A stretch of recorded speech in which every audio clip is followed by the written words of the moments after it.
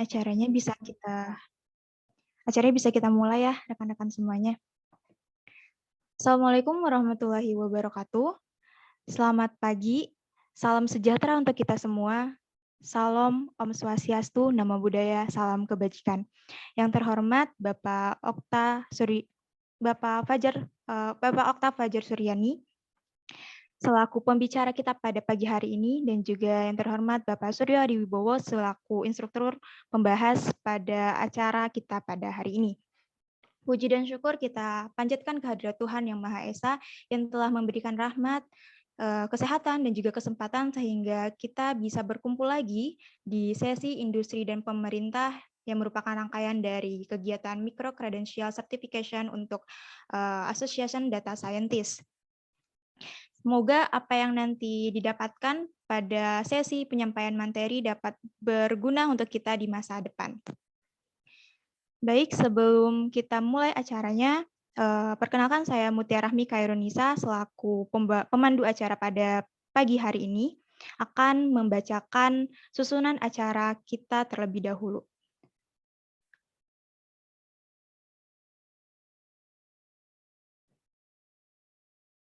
Yang pertama yaitu pembukaan, kedua mendengarkan lagu Indonesia Raya, ketiga memperkenalkan profil moderator, keempat moderator memperkenalkan profil narasumber, industri, dan pemerintah. Selanjutnya yaitu penyampaian materi oleh narasumber. Keenam, moderator memperkenalkan profil instruktur sebagai pembahas. Dilanjutkan dengan penyampaian pembahasan oleh instruktur pembahas dan juga sesi tanya jawab. Lalu dilanjutkan dengan sesi dokumentasi atau foto bersama dan terakhir penutup. Baiklah, untuk mempersingkat acara ini, marilah kita buka sesi industri dan pemerintah di minggu kedua ini dengan membacakan lafaz basmalah. Bismillahirrahmanirrahim. Selanjutnya kita memasuki agenda yang kedua, yaitu mendengarkan lagu Indonesia Raya.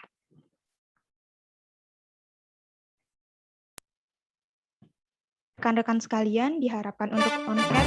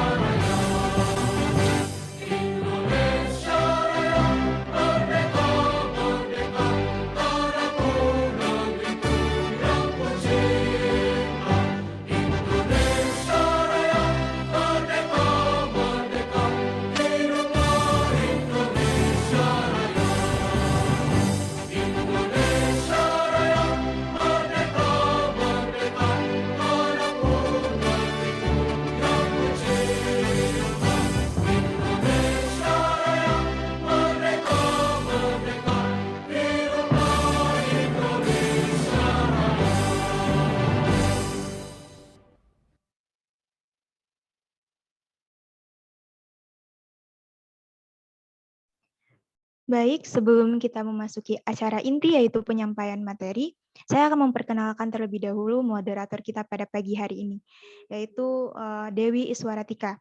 Dewi Iswaratika merupakan salah satu mahasiswa tingkat akhir dari jurusan S1 Teknik Telekomunikasi Telkom University. Sebelumnya, Dewi Iswaratika menjabat sebagai asisten praktikum dari Laboratorium Fisika Dasar, dan sekarang menjabat sebagai sekretaris dari Laboratorium Image Processing and Vision. Mungkin kepada Mbak Dewi, disilakan waktu dan tempat disilakan. Oke, terima kasih Mbak Rahmi. Jadi selamat pagi semuanya. Perkenalkan, saya Dewi Iswaratika selaku moderator pada SIP pertemuan kedua kali ini.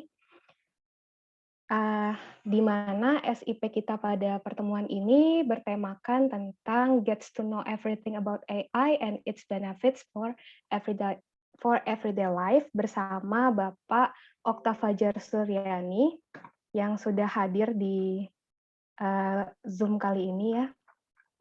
Sebelum lanjut, mungkin saya sapa dulu ya Pak Okta. Selamat pagi Pak Okta.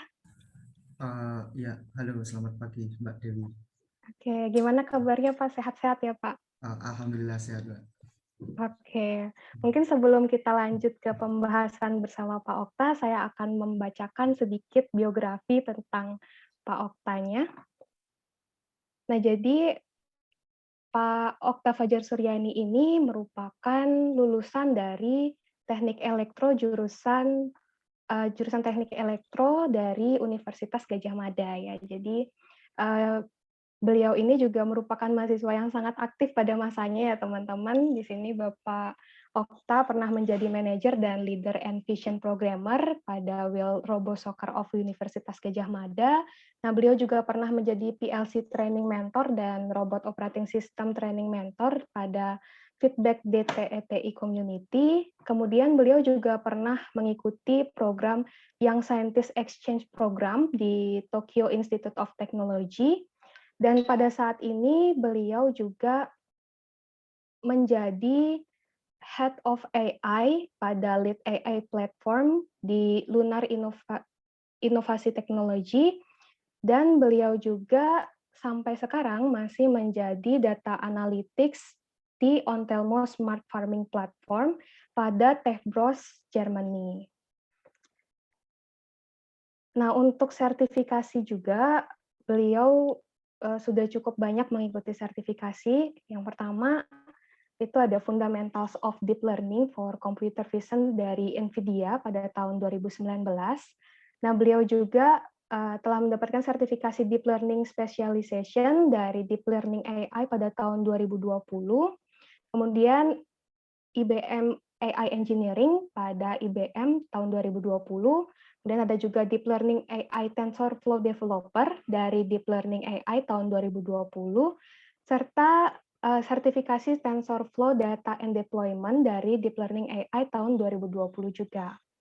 Nah, untuk penghargaannya juga di sini Pak Okta juga ada banyak ya teman-teman. Yang pertama di sini ada Best Strategy in Indonesian Robotic Competition Regional 3 pada tahun 2017. Kemudian ada National Champion in Indonesian Robotic Competition 2017.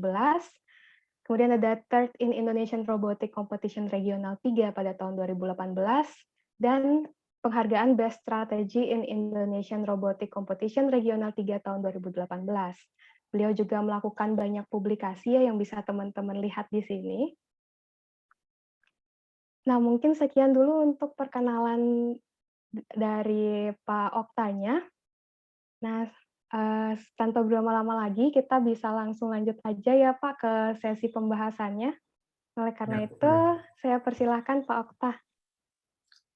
Ya, sebelumnya saya mau mengkonfirmasi ini waktunya berarti 45 menit ya, Mbak Dewi. Halo. Iya Pak, betul Pak. Oke, ya. Kalau gitu saya ini ya izin share screen dulu ya untuk nampilin materi saya. Iya, silakan Pak Okta. Ini apakah sudah kelihatan Mbak, untuk screen saya? Sudah terlihat Pak. Ya, jadi kita langsung mulai aja ya, berhubung cuma 40 menit ya. Jadi ya teman-teman, perkenalkan tadi mungkin udah di-mention sama Mbak Dewi juga, saya Okta Fajar Suryani. Teman-teman di sini manggilnya Mas aja ya, jadi nggak usah pakai Pak. Soalnya saya juga hitungannya masih ini kan ya, fresh graduate, baru lulus dari UGM tahun 2020 kemarin. Nah ya, jadi di sini sesuai dengan temanya, kemarin saya dihubungin dari pihak Televisinya, disuruh untuk memberikan materi seputar AI gitu ya. Makanya di sini saya ingin materi yang saya bawa adalah pengenalan AI gitu ya, apa itu deep learning dan machine learning. Terus nanti juga bakalan bahas mengenai bagaimana sih sebenarnya aplikasi dari deep learning ini untuk membantu kehidupan kita sehari-hari gitu ya. Oke, jadi mungkin tadi juga untuk CV saya juga udah beberapa dimension sama Mbak Dewi juga. Teman-teman bisa lihat di sini. Jadi untuk tadi untuk yang disampaikan tadi mungkin CV yang masih belum ini ya, belum saya update ya. Soalnya saya juga masih kayak malas gitu buat update CV. Nah, untuk sekarang ini sebenarnya kesibukan saya adalah ini ya di Techbros sendiri mendevelop ini ya Edge AI Inference Platform. Kita kasih namanya itu dia Elang AI gitu. Nah, nanti saya juga akan membahas sedikit mengenai Elang AI ini seperti apa sih kayak gitu. Oke, mungkin ini aja kayak overview dari saya. Jadi ini yang akan kita bahas hari ini. Jadi nanti untuk part pertama itu kita akan membahas mengenai overview dulu seputar deep learning, apa itu deep learning, kemudian tipe belajarnya di algoritma deep learning sama machine learning itu seperti apa. Kemudian nanti kita bakal bahas lebih dalam, gitu ya, sedikit lebih dalam mengenai bagaimana sebenarnya algoritma deep learning itu belajar seperti itu ya. Oke, jadi mulai kita langsung masuk aja ke part pertama, yaitu overview dari deep learning itu sendiri. Ya, di sini secara general definisi dari deep learning dan juga machine learning itu ini ya teman-teman, bisa dilihat di sini. Tapi yang perlu saya garis bawahi adalah ada beberapa kata kunci, yaitu belajar secara otomatis, kemudian ini ya bisa meningkatkan pengetahuan manusia tanpa secara signifikan. Jadi itu ya kata kunci untuk mendefinisikan deep learning dan juga machine learning. Mungkin bagi teman-teman yang masih awam belum kebayang gitu ya seperti apa sih. Nah, nanti akan saya jelaskan di slide-slide berikutnya. Oke, jadi untuk hierarkinya sendiri, jadi baik machine learning maupun deep learning itu ini ya merupakan bagian dari AI. Nah, atau artificial intelligence. Nah, AI sendiri itu sebenarnya apa sih? Kan ini ya kecerdasan buatan gitu ya. Sebenarnya AI yang dikatakan AI itu intinya komputer itu bisa melakukan ini ya misalnya decision making secara otomatis gitu ya. Nah, itu baik yang secara eksplisit diprogram maupun yang tidak diprogram gitu. Contohnya secara eksplisit diprogram, teman-teman yang misalnya sudah pernah paham coding gitu ya, itu misalnya ngoding if else gitu ya, misalnya statement conditional statement gitu. Nah, itu juga sudah bisa dikatakan sebagai AI, tapi AI yang simple. Soalnya rules-nya itu sudah di-define dari awal. Nah, tapi nanti ada turunannya namanya machine learning dan deep learning, di mana ini nggak harus kita define rule-nya itu secara eksplisit by coding. Sorry, laptop saya baterainya. Oke, ya. Jadi kalau di machine learning dan deep learning itu tanpa kita secara eksplisit kita program, si komputernya atau algoritmanya itu bisa ini ya istilahnya belajar gitu. Jadi bisa memiliki pengalaman dan pengetahuan. Kayak gitu. Oke, kemudian mungkin ini ya masih bingung tadi deep learning dan juga machine learning sebenarnya perbedaannya itu apa sih? Nah, perbedaannya itu bisa dilihat dari beberapa indikator di samping ini ya, di samping sebelah kiri ini. Jadi bisa kita bedakan berdasarkan datanya, kemudian kebutuhan dari hardware-nya sendiri, kemudian ini ya kayak seberapa kompleks dia dari segi engineering-nya, kemudian kayak di sini juga ada namanya training atau learning time. Nah, kemudian ada misalnya kayak prosesnya itu berapa lama dan sebagainya. Yang paling menonjol adalah perbedaannya di bagian data. Jadi untuk deep learning itu berhubung tadi ya, berdasarkan hierarkinya tadi kan deep learning itu sebenarnya bagian dari machine learning, tapi yang lebih advance atau yang lebih dalam. Makanya di sini data yang dibutuhkan oleh deep learning itu lebih banyak gitu ya. Untuk machine learning bisa lebih kecil gitu. Nah, dikarenakan datanya itu lebih banyak, maka untuk kebutuhan hardware yang nanti digunakan untuk training ataupun learning prosesnya itu dia membutuhkan yang namanya GPU atau misalnya TPU gitu ya. Tapi kalau machine learning algorithm itu biasanya hanya ini ya GCPU aja cukup gitu. Kemudian untuk waktu untuk learningnya sendiri atau trainingnya, berhubung deep learning ini datanya itu banyak, maka dia ini ya lama. Sedangkan machine learning itu bisa hitungan ini ya bisa singkat, bisa hitungan menit ataupun jam. Tapi kalau untuk yang deep learning sebenarnya tergantung datasetnya itu bisa hitungan hari bahkan ini ya minggu gitu. Oke, mungkin itu ya. Kemudian ya jadi macam-macam tipe learning baik di machine learning maupun di deep learning ya. Jadi ada 4 teman-teman. Jadi yang pertama ada supervised learning, unsupervised, kemudian semi supervised atau self supervised learning, dan juga reinforcement learning. Berdasarkan ini ya, berdasarkan chart di sini, kalau dilihat itu yang paling banyak atau yang paling populer itu adalah memang di bagian supervised learning ini, teman-teman. Soalnya apa? Memang dari awal lahirnya machine learning atau deep learning ini, para peneliti itu memang approach yang mereka pakai itu di ranah supervised learning ini. Untuk yang semi supervised reinforcement learning itu baru beberapa tahun terakhir itu kayak di mulai booming gitu. Makanya di sini algoritmanya yang paling banyak itu juga di bagian supervised learning. Di sini saya juga udah nyertain link kalau misalnya teman-teman nanti pengen lebih deep dive gitu penjelasan seputar ini ya, masing-masing tipe-tipe learningnya ini bisa dilihat di link yang saya sertakan. Kita langsung masuk aja. Jadi di sini nanti kita akan bahas mengenai supervised learning, unsupervised, dan self-supervised itu seperti apa. Oke, untuk yang supervised learning-nya sendiri, jadi intinya di sini supervised gitu ya. Jadi dalam proses belajarnya si algoritmanya itu perlu bantuan supervisi dari manusia ya teman-teman. Nah, supervisi dari manusianya itu berupa apa? Dia berupa penyediaan ini ya, label atau ground truth. Jadi misalnya kita pengen membuat semacam image classifier gitu ya, yang bisa membedakan antara foto kucing, mana foto anjing. Nah, itu kita perlu memberikan label di masing-masing gambar tersebut. Jadi label itu yang akan digunakan sebagai acuan atau referensi oleh si model machine learning-nya selama proses learning-nya tadi ya teman-teman. Nah, jadi bisa dikatakan di sini seperti ini alurnya. Jadi kita punya dataset kita misalnya berupa image tadi, kemudian kita anotasi secara manual masing-masing gambarnya ini, kemudian kita dapat representasi dari input dan juga labelnya, di mana label Y ini label. Kemudian kita masuk ke ini ya model deep learning-nya, baru nanti kita dapat hasilnya gitu ya. Nah, di sini yang jadi bottleneck adalah ketika kita disuruh untuk memberikan label secara manual gitu ya. Itu kan time consuming kalau misalnya datanya banyak sekali. Nah, itu yang disebut bottleneck. Nah, makanya bagaimana kita mengatasi bottleneck ini? Nah, itu ada yang namanya semi supervised learning. Nah, di semi supervised learning ini kita mengenerate label, tetap butuh fitur dan juga label, tapi di sini kita sudah secara otomatis dengan cara mengeksploitasi properti dari dataset kita sendiri gitu. Misalnya di sini ya, maksudnya mengeksploitasi dataset itu seperti apa? Jadi misalnya di sini kita sudah punya ini ya dataset berupa kalimat gitu ya di NLP misalnya natural language processing berupa kalimat seperti ini.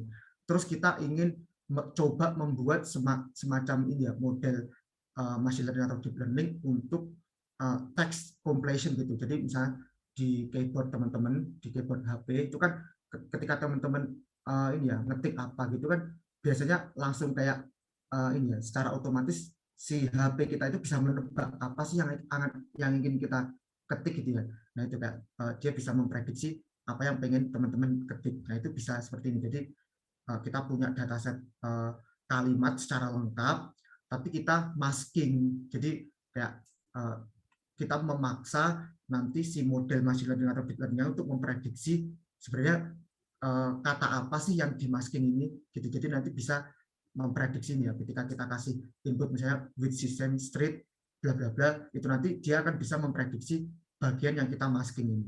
Seperti itu namanya mengeksploitasi data yang sudah kita punya untuk ini ya keperluan semi supervised learning atau self supervised learning. Ya, kemudian untuk yang bagian unsupervised learning beda dari dua tipe learning yang sebelumnya. Jadi di unsupervised learning itu dia nggak butuh label, dia hanya butuh fitur. Nah, tadi ya misalnya kita pengen bikin semacam image classifier membedakan antara foto kucing dan juga foto anjing gitu ya. Nah, kucing dan anjing kalau kita itu kan gampang kan ya untuk membedakan. Soalnya kita dari lahir, dari kita kecil itu udah dikasih tahu sama orang tua kita bahwa oh anjing itu yang ciri-cirinya seperti ini, kemudian kucing itu ciri-cirinya seperti ini, gitu ya. Nah itu sama juga nanti si unsupervised learning itu berhubung dia nggak punya label, dia hanya akan mengkelompokkan gitu ya berdasarkan kesamaan ciri-cirinya. Jadi misalnya di sini ya gambar kucing, 3 gambar kucing ini memiliki ciri-ciri yang sama, maka dia akan dikategorikan menjadi grup yang sama gitu, misalnya grup 1. Kemudian kalau misalnya ada gambar yang memiliki ciri-ciri yang berbeda dari kucing, itu akan diasumsikan di grup kedua, di mana grup kedua ini adalah grup anjing gitu ya. Jadi seperti itu. Meskipun nggak punya label, menggunakan unsupervised learning, kita tetap bisa membedakan mana foto yang kucing, mana foto yang anjing. Seperti itu teman-teman.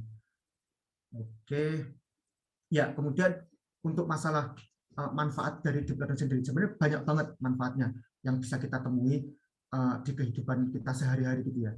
Mulai dari ya image recognition, kemudian misalnya kayak translator gitu ya, dari bahasa satu ke bahasa yang lain, kemudian untuk diagnosa medis, kemudian untuk stock market trading dan sebagainya. Nah, manfaat yang banyak ini kalau kita kategorikan itu bisa menjadi ya tiga subbesar gitu, misalnya computer vision, kemudian natural language processing, sama deep reinforcement learning. Nah, di computer vision itu teman-teman kalau misalnya ini ya nanti misalnya searching gitu ya, deep learning for computer vision itu nanti yang bakal muncul pertama kali mesti yang namanya itu CNN, Convolutional Neural Network. Ini deep learning modelnya. Kemudian turunan dari CNN ini banyak sekali, ada YOLO, ada Faster CNN, ada Visual Transformer dan sebagainya. Di natural language processing itu juga sama. Kalau nanti teman-teman misalnya ini ya browsing gitu, nah itu nanti yang bakalan muncul adalah kayak tokenizer, embedding, vocabulary. Nah, untuk modelnya sendiri ada attention, transformer, BERT, GPT, T5, dan sebagainya. Nah, untuk deep reinforcement learning itu nanti juga ada sendiri gitu. Nah, kemudian untuk yang computer vision itu sebenarnya kayak gimana sih nanti manfaatnya? Nah, untuk computer vision itu bisa dijabarkan ini ya. Ada object detection, ada image segmentation, ada image captioning, ini juga image segmentation. Nah, misalnya di sini ya kita object detection. Nah, object detection itu berusaha untuk menemukan jadi posisi dari sebuah objek yang ada di dalam frame gitu ya. Nah, selain bisa menemukan posisinya, yang di si modelnya itu juga berusaha kayak mengidentifikasi gitu. Apa sih kira-kira objek yang muncul di frame ini? Nah, seperti ini contohnya. Dia bisa mengenali posisi dari si apelnya ini dengan cara memberikan bounding box kotak seperti ini ya, di sekitar apelnya, kemudian memberikan keterangan, oh ini itu objek apel gitu. Kemudian ini untuk yang object detection. Nah ini yang bagian kanan ini, dua yang kanan ini dia itu image segmentation. Jadi segmentasi ya. Jadi kalau yang deteksi tadi dia berupa bounding box, kalau segmentasi itu dia membedakan objek, tapi dengan cara ya ini per pixel gitu. Jadi misalnya di sini ya ada gambar kendaraan. Nah, itu akan ya seperti ini akan diwarnai gitu. Oke, kendaraannya itu bentuknya seperti ini, warnanya ini misalnya gitu. Trotoar warnanya berbeda, jalan warnanya berbeda. Nah, dengan demikian ketika kita bisa membedakan ya mana yang trotoar, mana yang manusia, mana yang kendaraan, mana yang jalan, itu akan sangat bermanfaat. Contohnya di self driving car, teman-teman. Jadi self driving car-nya bisa ngerti kayak oh seberapa lebar sih jalan, kemudian arahnya kemana dan sebagainya gitu ya. Nah ini untuk image captioning. Jadi image captioning itu maksudnya gimana? Jadi ketika kita kasih input berupa gambar gitu ya ke komputer, nah nanti komputernya itu akan memberikan output berupa deskripsi dari gambar yang kita berikan gitu. Jadi komputernya itu selain bisa melihat seperti ini tadi ya, melihat itu juga bisa ini ya mendeskripsikan apa yang dia lihat gitu. Jadi kemampuannya itu mirip seperti manusia. Nah, ini juga salah satu contoh dari image segmentation. Jadi di sini ada brain tumor segmentation. Jadi menggunakan teknologi image segmentasi tadi itu bisa membantu dokter untuk mengidentifikasi di mana sih posisi dari itu ya, misalnya tumor di mana posisinya, kemudian mana sih sebenarnya inti dari si tumornya itu sendiri. Nah, ketika nanti kita bisa nge-provide model dengan akurasi yang tinggi, nah itu kan akan sangat membantu kerja dari dokter ya. Jadi penanganan pasien yang memiliki tumor otak juga bisa lebih cepat. Kayak gitu teman-teman. Nah itu untuk yang computer vision. Kemudian untuk yang ini ya, untuk yang NLP, jadi ada banyak juga kayak manfaatnya. Jadi mulai dari tadi ya, misalnya sentimen analisis. Jadi kayak misalnya waktu pemilu gitu ya, itu bisa diketahui gitu kayak sentimen masyarakat itu misalnya terhadap calon pasangan nomor 1 itu seperti apa, calon pasangan nomor 2 itu seperti apa, kayak gitu. Nah kemudian translator, jadi untuk mentranslasikan dari satu bahasa ke bahasa yang lain. Kemudian misalnya kayak summarization, text summarization. Nah, jadi ketika kita kasih misalnya bacaan berupa paragraf yang panjang itu, ketika kita inputkan dia ke model NLP, nanti outputnya itu bakal berupa ringkasan dari paragraf atau bacaan yang kita inputkan tadi. Nah, contohnya ini ya, mungkin teman-teman kalau penasaran nanti bisa ini ya, copilot github.com. Nah itu apa sih sebenarnya? Jadi dia itu kayak AI pair programmer, membantu banget bagi teman-teman yang baru belajar coding atau memang yang juga udah expert coding gitu. Jadi teman-teman tinggal kayak memberikan deskripsi, teman-teman pengen ngetik apa gitu, nanti si model ini copilot GitHub ini dia akan memberikan ini ya codingan jadinya gitu, kayak gitu berdasarkan deskripsi yang teman-teman berikan.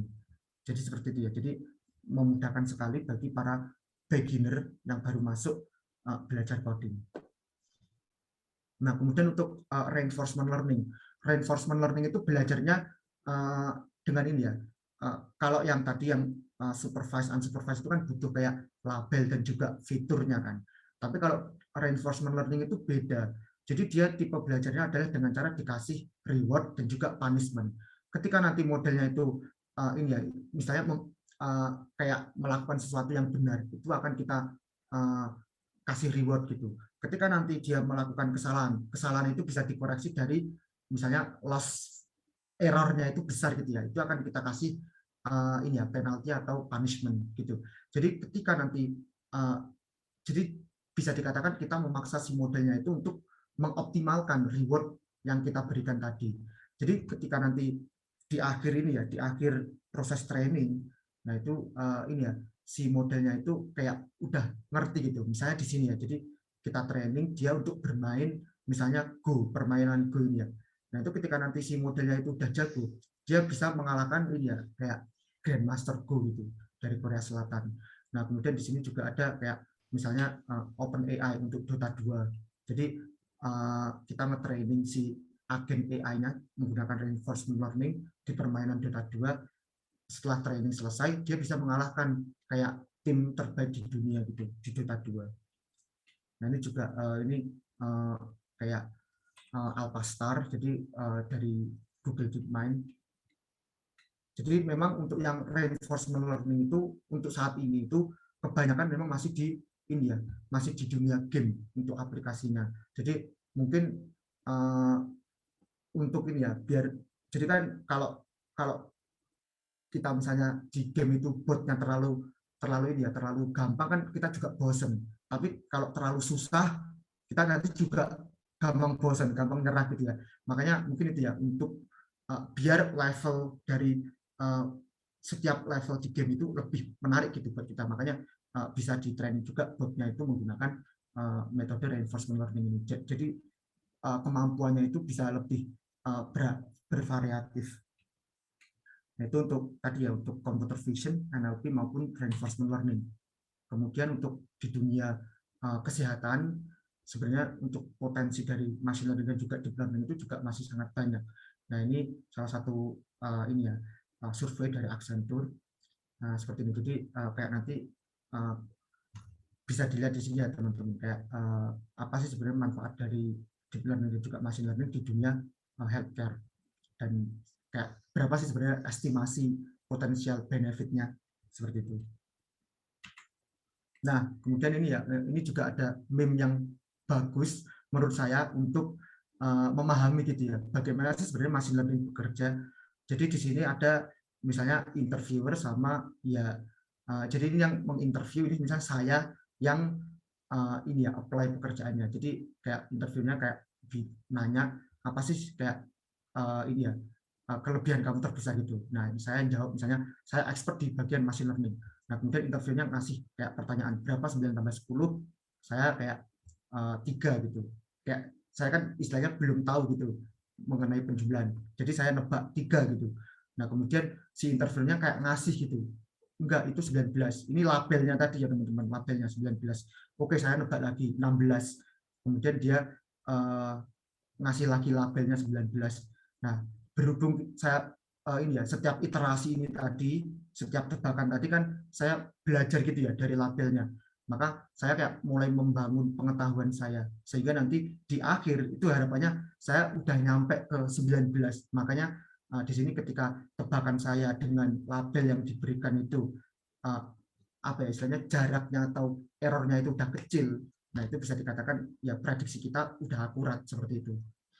Nah, kemudian machine learning itu sebenarnya kalau misalnya dibuka lebih dalam lagi itu dia ilmu yang dibutuhkan itu statistik maupun matematik, tapi lebih ke arah probabilitas gitu ya.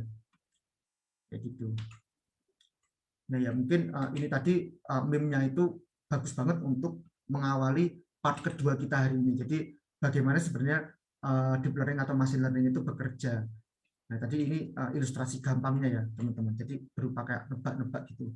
Nah, sebelum masuk ke bagaimana proses learning-nya, jadi saya ingin nge-highlight dulu kayak perbedaannya apa sih kayak tradisional prosedur sama proses learning itu. Jadi kalau di tradisional prosedur kita misalnya ada data, kemudian kita secara eksplisit udah ini ya mau mendefine rules-nya itu mau seperti apa atau prosedurnya itu seperti apa. Jadi nanti output-nya itu akan berupa ya ini hasil dari misalnya 1 dimasukkan ke X ini, berarti 2 tambah 1 3 gitu ya. 2 kali 2 4 ditambah 1 5 kayak gitu ya. Jadi outputnya ini representasi dari data input yang dimasukkan ke dalam prosedur. Itu yang tradisional. Nah, kemudian kalau yang learning itu gimana sih? Jadi inputnya tadi ya berupa data dan juga kayak ground truth atau acuannya tadi. Nah, ini bisa dikatakan yang di sini data dan juga ground truth tadi, yang feature sama label itu merupakan dataset kita. Nah, selama proses learning itu yang akan kita temukan itu adalah prosedurnya. Jadi malah bukan yang tadi prosedur kita define, kalau di proses learning prosedurnya ini yang akan kita pelajarin gitu ya. Jadi intinya kita akan berusaha menemukan nilai dari ini ya, yang saya kotakin ini itu agar optimal gitu. Sehingga nanti ketika datanya ini, data inputnya kita masukkan ke prosedur, itu ini ya mendekati nilai dari ground truth-nya seperti itu. Nah, kemudian untuk flow dari machine learning dan juga deep learning sendiri itu seperti ini teman-teman. Jadi teman-teman butuh di sini yang paling penting adalah ini ya membagi gitu datanya menjadi dataset untuk training maupun dataset untuk testing. Nah, dataset untuk training ini akan dipakai buat belajar tadi, proses belajar menggunakan yang namanya learning algorithm. Kemudian dia akan belajar, kemudian menggunakan data testingnya. Hasil dari proses belajar itu kan dievaluasi. Nah, sehingga nanti akan kelihatan gitu, apakah performa dari modelnya itu sudah acceptable atau belum, seperti itu. Nah, gampangnya gini, kenapa kok harus di split jadi 2 gitu ya, ada training sama ada data untuk testing. Nah, itu gampangnya gini teman-teman, kalau teman-teman kuliah, waktu teman-teman di kelas gitu kan ya, kan dosen kayak memberikan ini ya, memberikan materi, kemudian buku referensi gitu ya. Nah, itu teman-teman belajar, itu training datanya. Tapi ketika nanti ini ya, waktu ujian itu kan nggak plek seperti apa yang di materi di kelas dan juga di buku kan. Mesti nanti dosennya berimprovisasi kan, membuat misalnya soal yang bervariasi. Nah, itu ya memang itu kayak ini new data itu soalnya tadi untuk ngetes apakah proses belajar teman-teman itu udah benar atau belum, kayak gitu. Proses belajar yang benar nanti mesti menghasilkan nilai yang bagus gitu ya. Kalau proses belajarnya nggak benar, ya udah mungkin nanti nilainya masih belum maksimal. Nah, itu sama konsepnya seperti ini proses yang ada di sini, kayak gitu. Kemudian ini untuk proses learning-nya sendiri, kalau di deep learning itu butuh 5 ini ya menurut saya. Jadi kita butuh dataset tadi biar si modelnya bisa belajar, kemudian kita butuh deep learning modelnya sendiri, kemudian optimizer, loss function untuk mengetahui tadi apakah tebakan kita sudah ini ya sudah dekat dengan ground truth atau belum. Kemudian sama evaluation metric. Nah, evaluasinya itu berupa misalnya kayak akurasinya berapa dan sebagainya. Nah, untuk dataset sebenarnya dataset udah banyak ya teman-teman. Jadi dataset yang untuk tas-tas yang general itu udah banyak di ini ya di internet. Bisa contohnya seperti ini. Jadi nanti teman-teman bisa eksplor sendiri. Dan di sini ya yang saya sampaikan di sini itu merupakan dataset untuk computer vision. Soalnya background saya juga di computer vision. Terus nanti juga ada deep learning model. Seperti yang saya mention tadi di computer vision biasanya butuh CNN. Kalau di NLP biasanya ya kayak ini recurrent neural network kayak RNN, LSTM, GRU, kemudian attention, transformer dan sebagainya. Nah, kemudian yang ketiga butuh yang namanya optimizer sama loss function. Jadi nanti ini ya saya nggak mau ke arah teknikal yang terlalu detail. Intinya optimizer itu akan membantu proses kita menemukan di mana posisi dari error yang minimum gitu ya, namanya global minimum. Jadi nanti harapannya kita menuju ke sini dibantu dengan optimizernya itu. Sehingga ketika kita sudah di sini berarti kita sudah confident bahwa loss function kita itu sudah kecil kayak gitu. Nah, untuk optimizernya itu seperti ini. Jadi dia menggunakan ini ya, menghitung gradien dari loss function-nya untuk membantu dia menemukan di mana sih sebenarnya posisi paling minimum dari loss function-nya itu. Seperti itu. Ini di sini juga ada banyak. Jadi kayak penggunaan optimizer sama loss function itu ada kayak ini ya, acuan-acuannya gitu. Nah, acuan-acuannya itu kayak misalnya kita menggunakan di sini ya. Jadi di sini tadi selama proses dia menemukan global minimum tadi, dia kan butuh yang namanya learning rate. Nah, learning rate itu nanti kalau misalnya terlalu besar, kita set terlalu besar itu gimana, misalnya terlalu kecil gimana, itu nanti ada semua di sini, visualisasi dan juga ilustrasinya. Silakan nanti teman-teman yang ini ya, yang berminat mengetahui lebih dalam bisa akses di link yang sudah saya berikan ini. Kemudian untuk evaluation metricnya juga ada banyak, kayak ada recall, precision. Ini untuk validation akurasi sama training loss ini biasanya ya memang yang paling sering dipakai. Kemudian untuk recall precision F1 score itu biasanya untuk task classification. Jadi tadi ya untuk membedakan mana gambar anjing, mana gambar kucing. Untuk yang MAPE, RMSE ini biasanya untuk model-model regresi gitu ya, task regresi. Jadi misalnya kita mau memprediksi kira-kira harga saham perusahaan ini itu 1 tahun ke depan, 2 tahun ke depan berapa, itu menggunakan MAPE RMSE ini gitu teman-teman. Nah ini mungkin bisa saya skip aja, ini pembahasannya terlalu teknikal. Nah kalau misalnya di summarize learning prosesnya itu akan seperti ini teman-teman. Jadi tadi ini ya, dari proses mulai ini ya, kayak kita ada dataset di iterasi pertama itu kan kita ini ya menebak gitu, kayak yang di meme tadi loh, kita menebak. Berhubung di iterasi pertama itu kita belum punya pengetahuan, maka di sini nanti loss-nya akan besar. Nah ketika loss-nya besar nanti dia kayak si interviewernya tadi, dia akan memberikan feedback gitu ke kita. Nah dia akan memberikan feedback ke modelnya sendiri, sehingga nanti ada yang namanya update internal parameter kayak gitu. Nah, nanti dia akan terus berulang sampai nanti di iterasi yang terakhir. Itu harapannya yaitu weight-nya ini udah settle, sehingga ketika kita kasih dia input terus kita feed forward, kan keluar output-nya tuh. Nanti output-nya sudah hampir mirip dengan ini ya ground truth-nya, sehingga ketika kita evaluasi loss function-nya dia akan rendah gitu. Loss function-nya udah rendah. Jadi di machine learning sama deep learning itu ya teman-teman, kan berdasarkan tebak menebak gitu ya, itu bisa dikatakan untuk akurasi 99,999% itu sangat mungkin. Tapi kalau untuk akurasi 100% bulat itu kayak ini ya, malah dipertanyakan nanti kalau misalnya model kita 100% bulat itu apakah dia overfitting atau enggak kayak gitu. Dan ini kalau misalnya teman-teman kita lihat ya kayak visualisasi sebenarnya yang dipelajari oleh CNN itu apa sih. Nah, dari perlayarnya seperti ini. Jadi dia akan mengidentifikasi apa sih sebenarnya fitur yang mendefinisikan bahwa gambar ini itu dia mobil, gitu ya. Jadi misalnya kayak berupa bentuknya itu seperti ini. Jadi ini itu fitur-fitur yang dipelajari oleh CNN di masing-masing layarnya. Oke, dan di sini saya juga menyediakan ini ya kayak tutorial codingnya. Jadi saya tadi kan jelasin secara teori. Ketika teman-teman pengen ngoding kan otomatis beda kan dari yang di teori.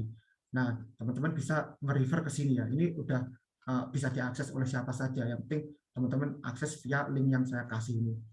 Jadi nanti dia pakai Google Collaboratory, itu semacam notebook yang sudah di hosting oleh Google. Di situ teman-teman tinggal kayak main-main aja, tinggal nge-run code-nya. Oke, dan di sini saya menggunakan PyTorch. Teman-teman kalau misalnya pengen tahu juga sebenarnya PyTorch itu apa sih? PyTorch itu deep learning framework.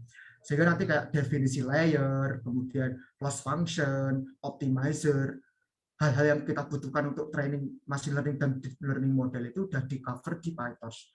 Sehingga kita tinggal pakai gitu. Nah, ini saya juga menyediakan udah ini ya saya sediakan juga kayak beberapa contoh gitu ya kayak penggunaan dari PyTorch itu kayak gimana sih, misalnya kita mau membuat custom dataset, kemudian misalnya custom model dan sebagainya. Oke, berhubung juga udah 45 menit ya mungkin apa yang saya sampaikan cukup seperti itu teman-teman. Silakan kalau ada yang ingin ditanyakan atau didiskusikan, saya persilakan. Jadi sebenarnya untuk use case-nya sendiri pun sebenarnya banyak ya teman-teman. Jadi use case-nya itu contohnya di sini teman-teman. Jadi saya sekalian aja ya. Jadi saya sharing. Jadi di sini kita bikin yang namanya itu weight estimation teman-teman. Jadi bagaimana caranya hanya menggunakan kamera kita bisa menghitung gitu, mengestimasi berapa sih bobot dari sapi gitu yang tertampil di kamera kita, seperti itu. Kita bisa mengestimasinya. Nah, terus contoh lain lagi untuk mendeteksi apakah seseorang menggunakan masker atau tidak, seperti ini. Kemudian juga contoh lain ini ya, jadi mengautomasi proses registrasi dan juga payment. Di sini saya ngasih contohnya itu jadi kayak menggunakan KTP, nanti si aplikasinya ini dia akan mengekstrak secara otomatis teks yang ada di dalam KTP ini, sehingga nanti ketika proses payment-nya, ketika proses payment-nya dia akan mencocokkan gitu antara data yang di kartu sama fitur wajah kita, apakah namanya sama. Jadi dari fitur wajah itu juga akan kelihatan nama kamu siapa, kemudian akan kita cross check dengan kartu. Nah, ini kartunya ini ya. Nah, kemudian nanti kalau misalnya match, ya udah nanti untuk payment-nya akan berhasil gitu. Misalnya seperti itu, ide simpelnya. Kayak gitu teman-teman. Terus ada juga kita bisa memonitoring untuk manufacturing, jadi kayak jumlah orangnya yang di sini itu yang berapa, juga bisa juga di transportation gitu ya misalnya. Nah, seperti misalnya orang yang ada di antrian kereta ini berapa, kayak gitu-gitu. Ya mungkin itu sih untuk contoh-contoh use case dari computer vision. Oke, kira-kira itu yang bisa saya sampaikan. Silakan kalau misalnya ada pertanyaan atau hal-hal yang ingin didiskusikan. Oh iya Pak Okta, Mas Okta maksudnya. Untuk pertemuan kali ini masih ada waktunya kok Mas untuk penyampaian materi dari Mas Okta. Masih sekitar 20 menitan barangkali. Oh, oke. Ya, Iya. Oke, iya. Ya, untuk nanti tanya jawab mungkin di akhir saja ya Mas, sama bersama dengan Pak Suryo nanti. Oke, boleh. Ya. Ya, jadi itu tadi ya, berhubung masih sekitar 20 menit juga, sebenarnya saya juga udah ini ya, teman-teman. Jadi tadi kan kita udah ini ya, udah belajar gitu ya seputar kayak ini ya, teori di balik machine learning itu seperti apa, bagaimana machine learning dan juga deep learning itu bekerja gitu ya, belajar. Nah, di sini saya ingin sharing gitu. Sebenarnya produk yang sedang kita develop gitu. Nah, sorry ini aku. Nah, jadi produk dari yang sedang kita develop di Techbros yang berkaitan dengan AI dan juga deep learning, machine learning gitu ya. Jadi di sini kita tadi ya Elang AI gitu. Elang AI itu apa? Elang AI itu ya tadi Edge AI Inference Platform. Jadi intinya di sini kita coba mengumpulkan ya, mengumpulkan pengetahuan kita seputar AI, kemudian computer vision, machine learning, deep learning itu menjadi satu kesatuan platform gitu. Nah, jadi nanti harapannya dengan menggunakan platform ini kita bisa kayak ngedeploy AI use case-nya gitu dengan mudah. Dan kayak untuk teman-teman yang nggak paham AI sama sekali, nggak punya background knowledge di situ, itu juga tetap bisa ketika teman-teman punya ide. Misalnya aku pengen membuat ini gitu, nah itu bisa dihandle sama orang AI gitu ya. Nah, mungkin ini kayak ini ya latar belakangnya misalnya yang kalau misalnya dijabarkan seperti ini. Nah kemudian kalau dari ini ya survei yang saya coba dapetin dari McKinsey, nah itu sebenarnya untuk implementasi AI sendiri itu sebenarnya ini ya ada kendala besar gitu.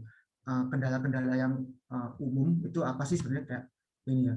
Jadi kayak orang-orangnya memang nggak paham kayak AI itu kayak gimana. Jadi gara-gara dia nggak paham AI maka dia nggak paham gitu kayak strateginya harus kayak gimana. Kemudian ini ya kayak uh, talent yang available di market itu juga masih sedikit gitu. Yang kayak skill setnya seputar AI itu solid gitu, itu masih sedikit juga. Dan sebagainya bisa dilihat di sini ya. Jadi ini itu yang merupakan iya kayak ya, memang kendala terbesar ketika ingin mendeploy solusi AI. Nah makanya sebenarnya Elang AI itu juga berusaha untuk ini ya menghilangkan hambatan-hambatan yang dimention di sini gitu dengan menyediakan platform yang mudah dipakai gitu. Nah sebenarnya Elang AI sendiri itu komponennya seperti apa? Jadi nanti kita ada Elang Store, interface-nya juga ada, kemudian dashboard-nya juga ada, sama SDK-nya. Jadi teman-teman yang pengen bikin AI application itu bisa memakai Elang AI SDK. Jadi nanti lebih gampang gitu. Nah ini contohnya aja kayak ini ya kayak itu seperti apa, tampilannya itu seperti ini teman-teman. Jadi kita idenya itu seperti App Store atau Play Store gitu ya. Dimana nanti para developer itu bisa mengupload AI application-nya itu di Elang Store, kemudian nanti para beginner yang tadi yang nggak paham AI itu bisa langsung tinggal download modelnya ini, kemudian tinggal dipakai sesuai dengan use case mereka masing-masing gitu. Nah, terus untuk yang ini, untuk yang interface-nya itu seperti ini. Jadi kita sediakan memang untuk user yang tadi ya, yang non developer. Jadi dia tinggal download modelnya yang available di Elang Store, di-download ke interface-nya ini, kemudian ketika sudah di-download, baru nanti dia bisa dijalankan gitu aplikasinya. Kayak gitu. Terus itu untuk interface, kemudian dashboard. Jadi ketika tadi teman-teman udah memilih modelnya, kemudian udah teman-teman jalankan di interface-nya tadi, itu teman-teman bisa kayak mengakses data analitik dashboard yang sudah kita sediakan, ataupun nanti teman-teman kalau misalnya pengen ada kebutuhan customisasi dashboard-nya itu juga bisa di-handle sama Elang AI gitu ya. Jadi ini contoh customisasi dashboard untuk use case misalnya face mask detection gitu ya. Nah, seperti ini. Jadi nanti datanya itu bisa lebih tertampil gitu. Jadi lebih mudah kita untuk memahami data kita seperti itu. Ini contohnya.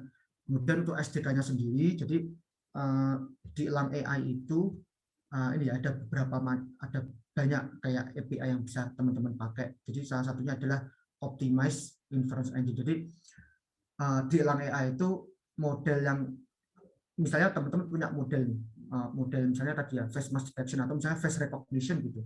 Ketika teman-teman jalankan menggunakan Elang AI itu akan secara otomatis model teman-teman itu udah dioptimasi ke target hardware.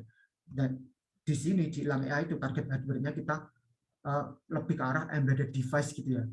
Embedded device itu kayak misalnya Raspberry Pi, kemudian Jetson Nano dan sebagainya. Nah itu tujuannya apa? Biar meskipun nanti jalan di embedded device, tapi dari segi performa itu tetap maksimum gitu. Jadi nggak ada nanti yang namanya kayak FPS-nya ngedrop, misalnya akurasinya ngedrop dan sebagainya kayak gitu. Jadi untuk meminimalisir hal-hal yang seperti itu.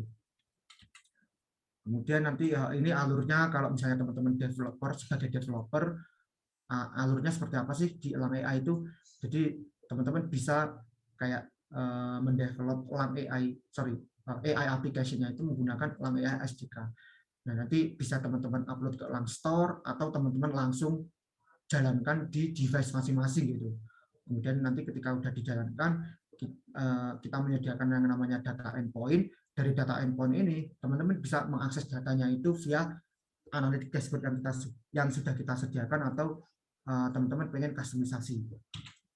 Terus untuk yang non developer, teman-teman ini ya. Jadi berhubung non developer, kita asumsinya dia nggak punya pengetahuan di bagian machine learning atau deep learning, sehingga ya mau nggak mau dia cara pakainya tinggal download aplikasi yang available di Elang Store gitu aja kan. Jadi nggak mungkin dia kita suruh untuk bikin AI aplikasi sendiri dipakai Elang AI SDK ini. Soalnya kan dia nggak punya pengetahuan seputar AI, makanya dia bisa langsung pakai model-model AI yang ada di Elang Store. Kemudian overall prosesnya setelahnya sama.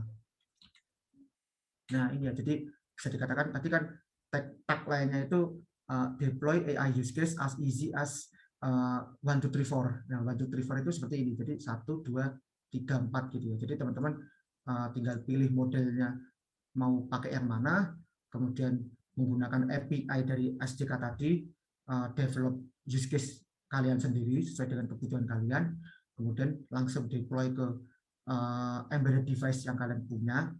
Dan juga atau kalau misalnya kalian developer tadi ya bisa di launch atau dimonetisasi di AI aplikasi store-nya, jadi Elang Store-nya tadi. Nah untuk use case-nya banyak. Tadi videonya sudah saya videonya sudah saya tunjukkan juga. Nah di sini saya coba sebenarnya masih ada satu lagi slide yang bakal ngejelasin deep dive seputar tadi ya yang face recognition sama OCR tadi. Gimana sih sebenarnya cara kerjanya? Nah itu ini ya kita breakdown satu-satu. Jadi mulai dari face recognition dulu. Jadi face recognition itu intinya dia bisa mengenali ya kayak fitur wajah ini itu wajahnya siapa gitu sesuai namanya. Nah jadi sebenarnya tapi sebelum bisa mengenali itu kan kita harus bisa mendeteksi lokasi wajahnya itu di mana. Makanya di dalam face recognition itu mesti nanti ada yang namanya face detection. Nah, kalau face detection itu ya cuma mengenali lokasi wajahnya di sini, kemudian dari wajah yang sudah terdeteksi tadi lokasinya, itu akan masuk ke model face recognition untuk dikenali fitur wajahnya itu punya siapa gitu. Nah, untuk network-nya sendiri bagaimana sih sebenarnya cara kerjanya? Jadi face recognition itu bekerja menggunakan yang namanya Siamese network. Nah, Siamese network itu merupakan ini ya model deep learning sama sebenarnya dia itu identik, tapi dia ini ya dibedain gitu. Jadi yang model pertama menerima gambar pertama, model kedua menerima gambar kedua. Nanti menggunakan loss function-nya itu kita paksa si modelnya ini untuk bisa membedakan. Ketika nanti ada dua wajah yang sama, oke, berarti nanti dia akan memberikan similarity score-nya yang tinggi gitu. Soalnya kan sama. Kalau nanti gambarnya berbeda, berarti similarity score-nya itu akan rendah. Seperti ya. Jadi intinya kita memaksa si modelnya ini untuk bisa melakukan itu tadi ya, membedakan mana gambar yang sama, mana gambar yang enggak sama gitu. Nah, seperti itu kira-kira untuk cara kerja dari face recognition sendiri. Kemudian untuk OCR, jadi OCR itu intinya dia bisa mengubah ya. Jadi dari dokumen, teks yang ada di dokumen kayak misalnya ini ya dokumentasi hasil scan, kemudian misalnya dokumen berupa PDF atau berupa gambar, itu akan di-scan OCR menggunakan OCR software. Itu nanti akan berupa teks digital gitu teman-teman. Jadi ketika teksnya itu sudah berupa digital, berarti ada banyak yang bisa kita lakukan gitu ya. Misalnya kita bisa ini ya kayak mencari gitu, kayak langsung langsung gampang gitu untuk menemukan oh tulisan ini itu ada di mana gitu, kemudian mengedit, mengakses dan juga memanage. Jadi nggak perlu lagi kita pengen nyari misalnya tuh ini ya paragraf yang menjelaskan tentang ini, itu kita nggak perlu cari lagi kayak buka-buka lembaran-lembaran dokumen, buku dan sebagainya gitu. Soalnya dia juga sudah berupa digital, bisa kita searching dan juga bisa kita kelola untuk manajemennya. Nah, kemudian cara kerjanya itu seperti ini. Jadi pertama kita harus bisa mengekstrak ini ya karakter dari datasetnya. Kemudian kita membangun yang namanya model CNN tadi atau convolutional neural network untuk ini ya, untuk bisa mengenali. Jadi ketika ada tulisan A gitu, nanti si CNN modelnya itu bisa merecognize oh dia itu tulisan A seperti itu. Nah, kemudian nanti baru dia akan setelah kita training, ini kan training, setelah proses training selesai, tinggal kita load hasil trainingnya tadi, kita masukin inputnya, itu akan keluar output seperti itu. Nah, ini ada contoh datasetnya teman-teman. Jadi nanti bisa diekspor juga kayak contoh datasetnya. Oke, kemudian sebenarnya cara kerjanya tadi gimana sih yang saya tunjukin tadi di video tadi. Jadi si usernya itu ini ya nge-upload foto, kemudian sama nge-upload ID card. Jadi dua hal itu. Jadi nanti fotonya itu akan masuk ke face recognition model. Dari fotonya tadi itu akan ini ya, sorry ini di-registration dulu. Jadi fotonya itu di-preprocessing dulu, kemudian nanti akan disimpan di database wajah berupa fitur wajahnya tadi ya. Tapi dikasih label nama, di mana nama itu akan kita ekstrak dari ID card ini menggunakan OCR. Nah, kemudian data lain dari ID card yang kita ekstrak menggunakan OCR itu juga akan kita simpan gitu di database, misalnya ID card database gitu ya. Jadi kita sudah punya informasi dari ID card dan juga fitur wajah yang sudah kita kasih label nama. Oke, itu registrasi, proses registrasinya. Nah, kemudian untuk proses paymentnya gimana? Jadi nanti si usernya itu harus kayak ngambil foto, misalnya menggunakan webcam, sama ini ya, di sini contohnya itu BPJS ya teman-teman. Jadi setelah kita daftar di loket BPJS itu kan kita dapat namanya kartu BPJS ya misalnya. Jadi nanti ketika kita pengen bayar iuran bulanan BPJS-nya itu, ya udah kita tinggal tag foto misalnya dari webcam atau dari kamera HP kita, kemudian nanti dia juga akan nge-upload ini ya kartu BPJS-nya. Nah, gambarnya itu akan masuk ke model face recognition. Nah, dari model face recognition akan keluar fitur wajah. Nah, fitur wajah ini akan dicari di database-nya tadi. Nah, itu fitur wajah punya siapa gitu. Di database kan udah ini ya, udah ada fitur wajah sama nama, label namanya. Nah, itu akan kita cari dia itu namanya siapa. Dari kartu BPJS ini dia akan masuk ke OCR, akan di-scan juga. Terus kan ketemu nama tuh dari OCR-nya, dari kartunya ini. Nah, akan kita match ini ya, cocokkan gitu. Apakah nama yang dari kartunya itu dengan nama yang dari wajahnya itu sama? Ketika sama, berarti nanti berarti kita bisa yakin bahwa orang yang melakukan pembayaran ini ya memang orang yang pemegang kartunya itu kayak gitu. Kayak gitu sih teman-teman. Untuk gambaran idenya itu seperti itu. Nah, kemudian videonya mungkin itu tadi ya. Tadi kan saya masih ini ya, saya skip gitu. Nah, kayak gini ya. Jadi ini kayak ya masih ini sih sebenarnya masih contoh sederhana aja teman-teman. Kayak gini. Jadi kita harus ini kan registration dulu kan. Kita harus milih wajahnya, foto kita seperti yang mana yang mau kita pakai buat registrasi. Kemudian kita juga harus pilih KTP gitu ya. Pilih KTP. Nah, kemudian ketika kita klik register, nanti dia akan muncul gitu informasi dari KTP-nya. Jadi di sini ini teman-teman, saya ingin disclaimer dulu.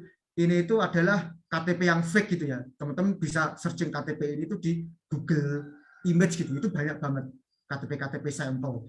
Nah, di sini saya juga menggunakan KTP sampel itu. Asumsinya seperti ini. Jadi orang yang di sini ini itu KTP-nya ini gitu ya teman-teman. Gampangnya kayak gitu. Nah, jadi nanti di database itu kita udah tahu bahwa informasi misalnya namanya ini, tempat tanggal lahir dan sebagainya, itu fitur wajahnya itu yang ini, kayak gitu ya teman-teman.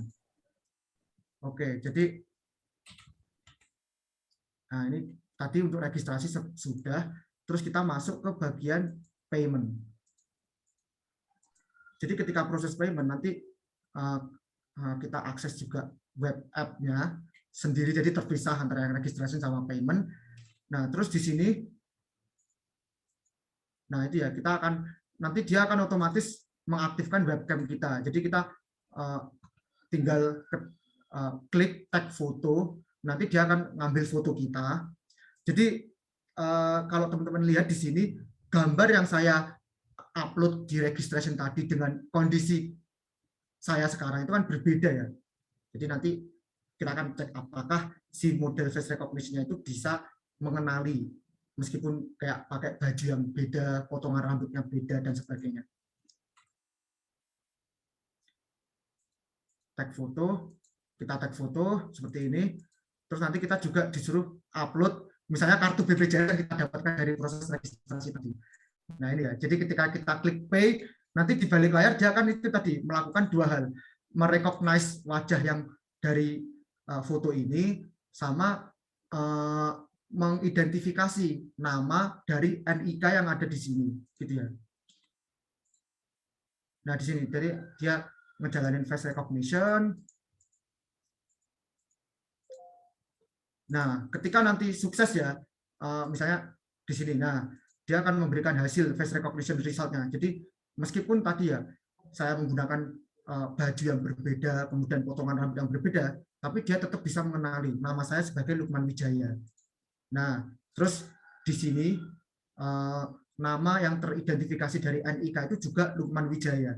Maka oke, berarti orang yang tertampil di webcam dengan orang yang membawa kartu BPJS-nya itu match namanya. Maka pembayaran sukses gitu ya. Itu ide simpelnya seperti itu sih teman-teman. Oke, mungkin itu aja sih yang bisa saya sampaikan. Jadi oke. Nah, mungkin yang terakhir adalah kan biasanya ini ya teman-teman. Kemarin juga kita dapat kayak berita-berita yang kurang mengenakan gitu ya, kayak data BPJS bocor, kemudian data misalnya Tokopedia juga bocor dan sebagainya. Entah itu hoax atau enggak, yang penting intinya saya baca berita itu yang muncul di CNN. Oke. Nah, sebenarnya idenya apa sih untuk mengimprove privacy dari usernya itu sendiri? Jadi idenya adalah kita nggak perlu nyimpen nggak perlu nyimpen data wajah tadi, terus identitas yang ada di KTP tadi itu ke server si BPJS misalnya, itu nggak perlu. Jadi yang perlu dilakukan adalah cukup menyimpan tadi data wajah sama data KTP-nya itu di local device masing-masing, misalnya di HP masing-masing peserta BPJS. Nah, kemudian nanti ketika kita ingin mengimprove model kita, performa modelnya tadi untuk face recognition maupun OCR tadi, itu kita menggunakan yang namanya teknik federated learning. Federated learning jadi dari server itu akan mengirimkan model ke masing-masing device tadi ya, HP si peserta BPJS. Ketika udah dikirimkan model, maka trainingnya itu akan dilakukan di lokal device-nya tadi. Ketika nanti udah selesai training, hasil ini ya istilahnya bobot dari hasil trainingnya tadi itu akan dikirim ke server, kemudian diagregasi gitu. Jadi di sini server hanya akan menerima bobot hasil trainingan. Jadi yang dikirim ke server itu bobot hasil trainingan tadi ya, bukan datanya. Seperti itu, dan akan diagregasi gitu. Sehingga ketika nanti dia menerima banyak hasil trainingan dari yang misalnya banyak device gitu ya, akan terlihat gitu, oh secara komunitas itu seperti ini gitu weight-nya kayak gitu. Jadi nanti tetap bisa mengimprove model kita. Nah, teman-teman yang di sini yang pengen tahu lebih lanjut seputar federated learning itu seperti apa, nah intinya itu ya untuk teknik untuk meningkatkan model tanpa violate user privacy, dan itu sudah banyak digunakan sama Google, terutama Apple juga ya teman-teman kayak gitu. Oke, mungkin itu aja sih yang bisa saya sampaikan ya. Jadi semoga ini ya, semoga untuk durasinya udah pas nih. Jadi memang saya udah nyediain 3 slide tadi, dan saya juga udah nyampein semuanya itu slide-nya. Oke, mungkin gitu aja kalau dari saya. Silakan kalau ada diskusi atau hal yang ingin ditanyakan seputar apa yang sudah saya sampaikan. Oke, Thank you. makasih ya Mas Okta tadi materinya tentang Sama-sama. pengenalan dan penerapan AI tadi ya Mas ya. Sangat detail sekali dari Mas Okta. Mungkin kita bisa lanjut ya teman-teman ke sesi pembahasan bersama instruktur kita pada hari ini. Di mana instruktur pembahas kita pada hari ini masih sama seperti minggu lalu, yaitu dengan Pak Suryo Adiwibowo. Sebelumnya saya sapa dulu ya untuk Pak Suryo. Selamat siang Pak Suryo. Halo, selamat siang Mbak Dewi. Gimana Pak kabarnya Pak? Sehat Pak? Alhamdulillah sehat berkat teman-teman semua sama pembicara yang hebat ini. Oke. Masih semangat ya Pak ya. Nah, sebelum kita lanjut nih ke sesi pembahasan, mungkin saya bakal bawakan sedikit biografi dari Pak Suryo Adiwibowo ya.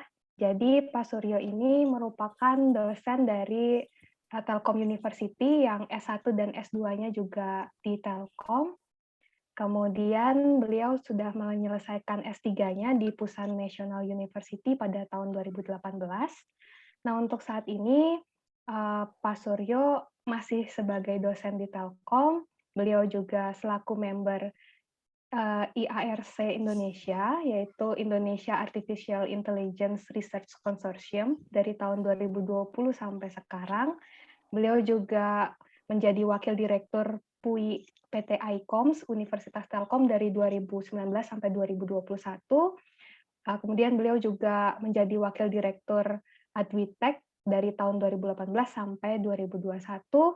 Dan sampai sekarang beliau masih menjadi Kepala Lab Image Processing and Computer Vision Laboratory Universitas Telkom, serta beliau juga merupakan CEO dari Live ID Indonesia dari tahun 2019 sampai saat ini. Nah, mungkin kita bisa langsung lanjut aja ya Pak ke sesi pembahasannya. Dipersilakan untuk Pak Suryo dan Mas Okta. Ya, terima kasih Mbak Dewi. Salam kenal sebelumnya Mas Okta, terima kasih sudah berkenan mengisi materi yang cukup bermanfaat dan cukup berbobot juga ya Mas Okta ya untuk kami semuanya seperti itu. Nah, sebenarnya sangat banyak ya yang ingin saya tanyakan seperti itu. Mungkin sebelum kita masuk diskusi ya Mas Okta, mungkin bisa dijelaskan terlebih dahulu sebenarnya Techbros itu apa sih? Itu kan mungkin teman-teman di sini kan pada belum tahu ya, pada belum tahu kalau Techbros itu suatu perusahaan yang hebat juga seperti itu. Nah, siapa tahu dari perkenalan ini banyak teman-teman yang ingin join dan juga bisa nanti jadi support sistem dari Mas Okta dan Techbros itu sendiri. Ya. Ya, oke Pak. Sebelumnya salam kenal juga ya Pak Suryo. Ya. Tadi ini ya mungkin mengenai Techbros sendiri, sebenarnya Techbros itu merupakan ini ya Pak, perusahaan sebenarnya lokasi pusatnya itu di Jerman, di Düsseldorf Jerman. Nah itu meskipun dia itu didirikan di Jerman, tapi sebenarnya yang mendirikan itu orang Indonesia Pak. Jadi kayak diaspora Indonesia, ada 2 orang gitu. Mereka diriin startup di Jerman gitu. Nah, sebenarnya untuk bidang bisnisnya sendiri, kalau Techbros sendiri itu lebih ke arah telekomunikasi sih Pak. Jadi memang jaringan gitu. Kita kerjasama kayak sama Vodafone Jerman, kemudian kemarin ada GZ Algeria, kayak gitu-gitu. Nah, tapi ini ya kayak CEO sama CEO-nya itu nggak mau berhenti aja di telekomunikasi gitu. Mereka juga mencoba untuk expand ke arah data science, kemudian AI gitu-gitu Pak. Makanya kemarin sebenarnya saya juga masih baru sih, ya direkrutnya juga tahun 2020 September gitu Pak. Ya itu mulai kayak awal mula ada divisi AI dan juga data science gitu di Techbros. Nah untuk saat ini itu kalau Techbros sendiri selain ada di Jerman itu ada di Rumania, kemudian juga ada di Indonesia juga Pak. Di Swedia juga ada. Jadi ada di 4 negara itu. kayak gitu Pak. Terus tadi yang saya sampaikan Elang AI itu sebenarnya merupakan bagian dari Techbros Indonesia kayak gitu Pak. Ya mungkin overview seperti Techbrosnya seperti itu sih Pak. Oh gitu ya, baik-baik. Terima kasih Mas Okta. Sama-sama. Kalau itu teman-teman bisa mengakses informasinya di mana ya Mas Okta? Di Untuk websitenya itu di www saya ini ya Pak, saya share di grup di chat benar ya, bisa diakses di sini teman-teman ya, itu Pak. Oke, ya websitenya itu. Saat ini pun hari ini kita juga lagi ini sih, lagi ngisi acara di itu Pak, AI Innovation Summit yang diadakan Korika. Oh gitu. Ya itu. Oh iya. Saya kemarin juga disuruh join tapi kalau hari ini ada acara ini jadi ya. Iya. Bagus itu acaranya ya, karena Iya. tiap tahun itu ada summit di situ terkait dengan AI. Oke, memang ya Mas Okta ya, kalau sekarang ini memang perusahaan sekelas Techbros pun memikirkan perkembangan AI ya. Kan tadi Mas Okta jelaskan bahwa di Techbros itu awalnya bisnisnya di bidang telekomunikasi. Benar. Dan mungkin yang punya Techbros pun juga paham perkembangan ke depan tuh bahkan di ranah telekomunikasi pun nanti akan dikuasai oleh AI seperti itu. Ya. Dan mungkin sekarang masih zamannya 5G ya. Sebentar lagi mungkin di Indonesia. Nah, nanti untuk mengembangkan teknologi 6G itu basicnya kalau saya tidak salah itu menggunakan AI juga. Seperti itu. Oke, sebelum saya tanya banyak nih Mas Okta, mungkin saya berikan kesempatan dulu nih ke teman-teman. Silakan teman-teman, jika ingin ada yang ditanyakan, dipersilakan teman-teman.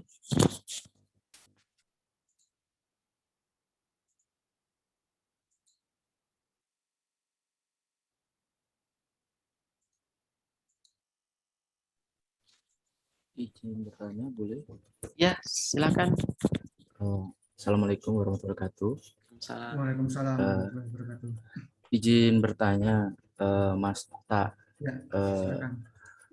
Untuk computer vision ya, itu kan tadi dibedakan antara deep learning sama machine learning, dan itu tadi bedanya antara datasetnya, yaitu besar sama kecil sampai sedang gitu kan. Nah, untuk tolak ukurnya itu sendiri bagaimana? Sedangkan datasetnya itu kan bentuknya gambar seperti itu.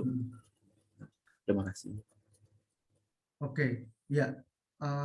Jadi ini ya, tadi yang tanya tadi ya Mahendra ya, kalau saya nggak salah, ya sih.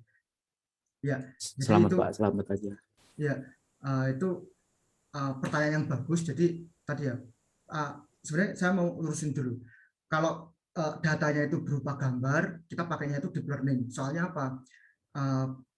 Tadi mungkin saya juga belum mention ya, perbedaan mendasar dari deep learning dan juga machine learning itu. Kalau deep learning itu namanya itu proses feature engineering-nya itu udah diakomodasi secara otomatis di modelnya itu sendiri. Tapi kalau yang machine learning kan feature engineering-nya harus kita manual gitu ya. Jadi manusia yang harus kayak melakukan feature engineering-nya gitu. Nah, makanya tadi itu ngaruh juga ke model yang tadi kan, kayak modelnya kalau di deep learning itu lebih kompleks, soalnya yaitu bisa langsung nge-handle juga bagian dari feature engineering-nya itu. Soalnya gini teman-teman, kalau misalnya kita bicara mengenai dataset gambar ya, itu kan susah kan kalau kita harus kayak melakukan feature engineering-nya, kayak tadi misalnya kayak classifier kucing dan juga anjing. Itu kan gimana kita kayak ngedefine fitur mana yang membedakan mana kucing, mana anjing. Makanya kita serahkan aja ke model deep learning-nya itu. Nah, terus nyambung tadi ke pertanyaannya. Terus kalau seperti itu, kayak gimana datasetnya? Jadi dataset yang saya kasih tadi ya, yang saya udah beberapa mention tadi, kayak misalnya Kitty dataset, Jojo dataset, dan sebagainya, itu memang dataset-dataset yang general gitu ya, untuk object detection general. Jadi contohnya di Jojo dataset itu ada 80 kelas gitu, 80 objek yang bisa diidentifikasi, mulai dari objek misalnya botol minuman, kemudian misalnya apa, kucing, anjing, sepeda, motor, kayak gitu-gitu ya. Itu objek-objek yang general, dan itu jumlahnya itu ukurannya itu sekitar 6 giga, jumlahnya itu sekitar ini ya kayak 60.000 gambar gitu. Nah, sebenarnya kalau kita pakai ini ya, dan itu kan memang ini ya dataset general yang dipakai untuk nanti nge-benchmark. Jadi kalau misalnya ada peneliti pengen mengembangkan misalnya model object detection, itu nanti harus di benchmark, di training menggunakan COCO itu, kemudian di compare dengan hasilnya dari penelitian yang lain. Itu kayak gimana akurasinya, kemudian inference speed dan sebagainya. Itu kan kalau untuk dataset yang untuk general, untuk benchmark itu memang ukurannya besar dan jumlah fotonya banyak. Tapi ketika katakanlah kita punya ini ya, kita punya use case gitu. Contohnya waktu saya skripsi dulu untuk traffic flow prediction secara real time dari kamera CCTV jalan. Jadi menggunakan kamera CCTV kita bisa, pertama yang saya lakukan kemarin adalah menghitung jumlah kendaraannya. Jadi kayak dibedakan gitu, kayak motor, kemudian mobil, truk, bus dan sebagainya. Kemudian dihitung satu-satu gitu ya, jumlahnya berapa, kemudian di forecast kira-kira nanti arusnya bakal seperti apa. Nah, itu kan saya butuh ini ya, yang lebih spesifik gitu. Nah, jadi nggak usah pakai yang 80 kelas tadi, soalnya kan saya cuma butuh bisa mengenali objek-objek berupa gambar itu tadi, kayak kendaraan tadi, misalnya 4 tadi yang saya sebutkan tadi. Nah, itu ketika saya punya kebutuhan spesifik seperti itu, mau nggak mau saya harus bikin dataset saya sendiri. Nah, untuk kemarin itu untuk mencapai akurasi 93%, 95% itu kemarin saya butuh data itu sekitar 3.000 gambar gitu. 3.000 gambar di mana ya itu tadi gambarnya harus balance gitu ya, antara yang gambar mobil, gambar motor, gambar truk, bus dan sebagainya, itu harus balance gitu. Kayak gitu sih sebenarnya. Ini ya bisa dikatakan basicnya itu makin banyak data nanti akurasinya makin bagus. Tapi kan untuk mendapatkan data yang banyak itu juga nggak mudah, waktunya juga nggak singkat, kayak gitu sih. Jadi mungkin harus disesuaikan aja dengan kebutuhannya, kayak gitu. Dan juga menurut saya dengan 3.000 gambar itu juga udah lumayan untuk iterasi pertama ya, untuk development modelnya. Nanti kalau misalnya di deploy, misalnya katakanlah menggunakan 3.000 gambar itu akurasinya masih 90%. Kan tapi nanti bisa secara otomatis, jadi kayak itu di deploy, kemudian nanti CCTV-nya itu waktu di deploy juga kayak secara otomatis menangkap frame-nya itu tadi. Nah, frame yang tertangkap itu bakal dipakai lagi juga buat untuk training, untuk meningkatkan lagi performa modelnya. Seperti itu. Itu bisa juga diakali seperti itu. Kira-kira kayak gitu sih tadi untuk penjelasan saya. Kira-kira gimana? Terlalu panjang atau udah sesuai dengan yang pertanyaannya tadi? Gimana, Selamat Mahendra? Berarti dari tolak ukur jumlah datanya ya itu untuk masuk kategori big data. Kalau dari sisi yang sedikitnya itu berapa sampai berapa ya? Sedikit. Jadi sebenarnya kamu bisa kayak nge-training pakai satu gambar gitu aja bisa. Tapi kan ya nanti akurasinya mungkin masih 5% kayak gitu kan ya. Kan kita pengennya akurasinya itu setinggi-tingginya, ya nggak sih, kayak 99,99% lah kalau bisa, kayak gitu. Nah, tapi untuk mencapai itu, akurasi itu, ya harus berarti kan itu dataset kita. Nah, di dataset itu juga nggak ngawur gitu, kayak bikin datasetnya juga nggak ngawur. Kita harus kayak memperhatikan tadi, kayak fiturnya kita itu udah representatif belum dengan nanti ketika kita implementasikan di lapangan realnya, kayak gitu. Kemudian balance atau enggak ininya, kelas-kelasnya dan sebagainya, kayak gitu sih. Mungkin dari segi datasetnya seperti itu. Mungkin nanti untuk nge-improve performa modelnya juga kayak ada tooling di bagian modelnya sendiri, kayak gitu-gitunya. Tapi untuk bisa dikatakan sedikit atau enggak, ini ya sebenarnya nggak ada patokan sih sedikit atau enggaknya. Soalnya kamu training pakai satu model pun bisa, pakai 1 juta gambar juga bisa, kayak gitu. Jadi nanti yang membedakan adalah akurasinya itu. Kira-kira seperti itu sih. Berarti yang saya tangkap konsennya bukan jumlahnya tapi tingkat akurasinya. Berapapun jumlah datasetnya yang penting akurasinya baik. Benar. Ya, benar. Dengan 3.000, dengan aku tambahin ya, dengan 3.000 gambar tadi ya, kalau misalnya kita menggunakan model yang simple gitu ya, itu juga udah oke gitu. Tapi kalau ketika kita menggunakan model yang advance, yang kompleks, yang layarnya banyak, nah itu ya 3.000 data itu mungkin belum terlalu representatif untuk modelnya, belajar modelnya tadi kayak gitu sih. Itu. Jadi ada banyak yang harus dipertimbangkan, jumlah data, kemudian model yang dipakai, ukurannya seperti apa, dan sebagainya. Kayak gitu. Selamat Mahendra. Terima kasih, jelas Mas. Oke, sama-sama. Oke, thank you juga ya, tadi pertanyaannya bagus sih. Boleh bertanya lagi? Silakan ya, nggak apa-apa. Jadi seperti ini Mas, katakanlah Gimana? kita kan sedang belajar jadi data science kan, atau machine learning expert lah, katakanlah istilahnya nanti divisinya seperti itu. Nah, itu apa yang harus kita lakukan untuk bisa, katakanlah bisa direkrut lah di perusahaan yang nanti ada hubungannya sama data science atau machine learning expert. Nah, atau mungkin bikin kurikulum vitae yang seperti apa atau seperti apa gitu. Oke, iya. Ya itu ini ya, pertanyaannya juga mungkin ini ya, bakal berguna banget nanti buat para teman-teman yang ini ya, yang coba mulai untuk masuk ke dunia data science atau data analis atau machine learning engineer gitu ya. Dan saya ingin menyampaikan ya kayak cerita saya gitu ya. Jadi kan sebenarnya saya itu dari teknik elektro, konsentrasinya itu control engineering. Itu kan nggak ada sangkut pautnya kan sama kayak ini ya, machine learning dan sebagainya gitu. Nah, tapi alhamdulillahnya saya waktu di kuliah itu aktif ikut robotik kan. Nah, di tim robotik itu tadi yang sudah disampaikan di CV saya kan sepak bola beroda, di mana sepak bola itu dia menggunakan kamera untuk bisa mengidentifikasi posisi dari robot musuh maupun dari bolanya itu sendiri, kemudian kayak garis pembatas lapangannya. Nah, dari situ kita juga kepikiran, saya alhamdulillah yaitu kayak udah mulai terpapar mengenai teknologi deep learning, computer vision, berlanjut ke skripsi kayak gitu seputar deep learning juga. Jadi intinya ini sih kayak saya juga belajar otodidak itu. Nah, mungkin tips yang bisa saya kasih, jadi kalau saya lebih ke arah gini, kamu nanti biar bisa expert itu kan mau nggak mau kayak nggak ada shortcut gitu loh. Kamu tetap harus belajar konsep-konsep dasarnya gitu kan ya. Jadi kayak apa itu CNN, bagaimana CNN bekerja, bagaimana mengoptimasi CNN itu sendiri, kayak gitu. Ketika nanti kamu udah tahu kayak basicnya tadi, teori-teori behind the scene-nya itu, seputar deep learning, machine learning atau data science, nah itu menurutku masih belum cukup. Yang next step-nya yang harus kamu lakukan adalah implementasi teori yang udah kamu yang udah kamu kuasai tadi itu ke dalam coding kayak gitu.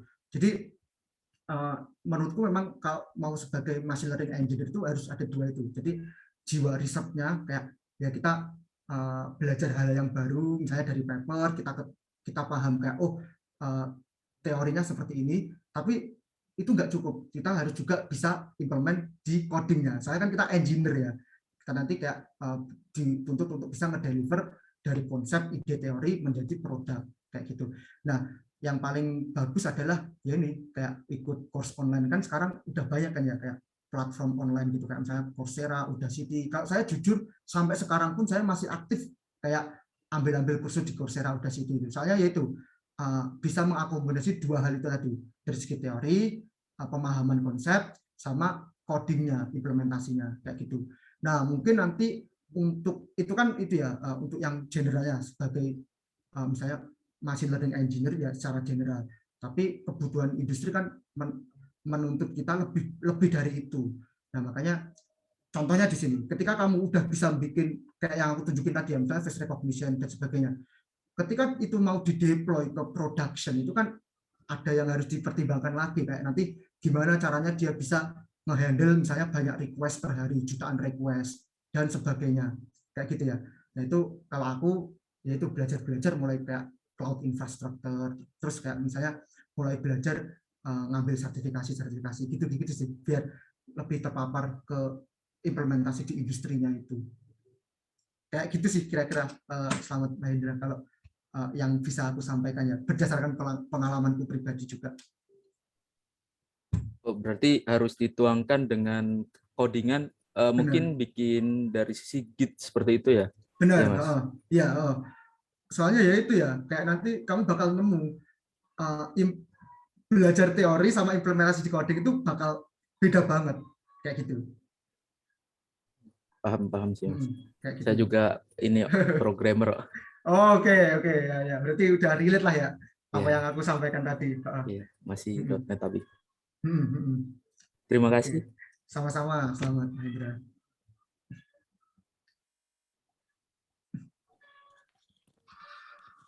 Silakan kalau ada yang ditanyakan lagi teman-teman.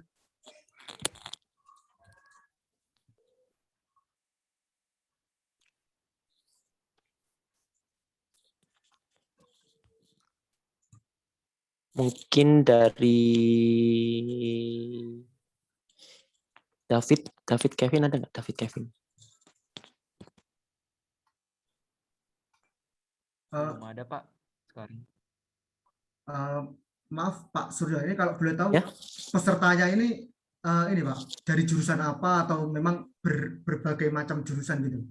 Iya Pak Mas Okta, teman-teman ini dari universitas di seluruh Indonesia dan kemudian Oh, oke. jurusannya Hmm, kebanyakan dari informatika seperti itu. Oke, oke. Informatika, kemudian ada yang dari jurusan matematik, Hmm, sistem informasi, kemudian ada teknik elektro, teknik telekomunikasi juga. Gitu. Karena kan yang sekarang kita pelajari itu fokusnya di data science. hmm. Iya, seperti itu. Oke, mungkin ini ada pertanyaan Pak di kolom ini chat. Oh iya, Ya, ini saya langsung ini ya. iya Jadi silakan.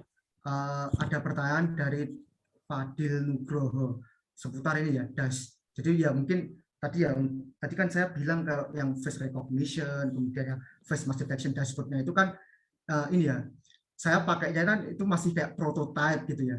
Itu pakai DAS. Berhubung sebenarnya nanti untuk implementasi kayak semacam front end gitu kan yang lebih powerful kayak Vue.js, tapi berhubung saya bukan orang-orang front end yang familiar dengan hal itu, makanya saya juga familiarnya pakai Python, makanya di DAS gitu ya, namanya DAS.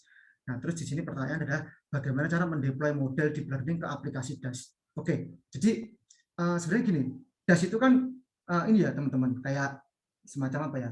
Yaitu kayak kamu bisa membuat semacam front end, misalnya kayak mau butuh apa? Drop down, terus misalnya button, kemudian misalnya tadi upload form gitu-gitu kan ya. Nah, itu nanti gitu best practice-nya adalah kamu ngedefine fungsi yang bakal ini ya logic machine learning prosesnya, terus nanti di dash-nya itu baru dipanggil gitu fungsinya itu diproses. Misalnya tadi ya aku misalnya setelah aku upload foto tadi, kemudian upload foto KTP, ketika aku klik register itu dia akan uh, memanggil fungsi OCR di balik layar yang nanti bisa mengekstrak data-data di KTP, terus aku tampilin juga ke dash lagi berupa tabel tadi ya, tabel yang isinya nama, kolom nama, isinya apa dan sebagainya kayak gitu. Nah mungkin best practice-nya seperti itu. Jadi define function misalnya di script yang berbeda gitu ya, misalnya my model.py gitu. Nah itu semua logic machine learning di situ. Dan ini gampangannya aja. Jadi untuk yang lebih advance-nya kan nanti kayak OOP di Python dan sebagainya. Ini gampangannya aja, bikin script baru .py gitu. Nah kemudian nanti script barunya itu diimport ke script yang untuk front end tadi, yang dash tadi. Nah itu terus diinjek ke dash-nya. Ya kayak biasa manggil fungsi dari script lain di Python. Gitu sih. Kira-kira kayak gitu ya, Fadil Dugro untuk penjelasannya. Gimana? Kebayang nggak? Udah kebayang belum? Ya, gimana Mas Fadil, udah terjawab belum? Oke, sudah jelas Oke, katanya Mas.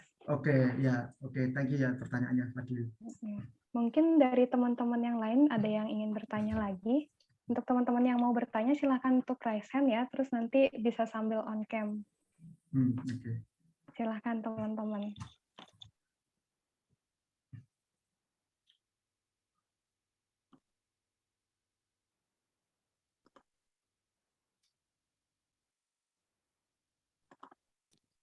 Mungkin Mas Vigo ada yang ditanyakan? Vigo? Kalau dari saya belum, Pak. Oke. Faisal Raihan?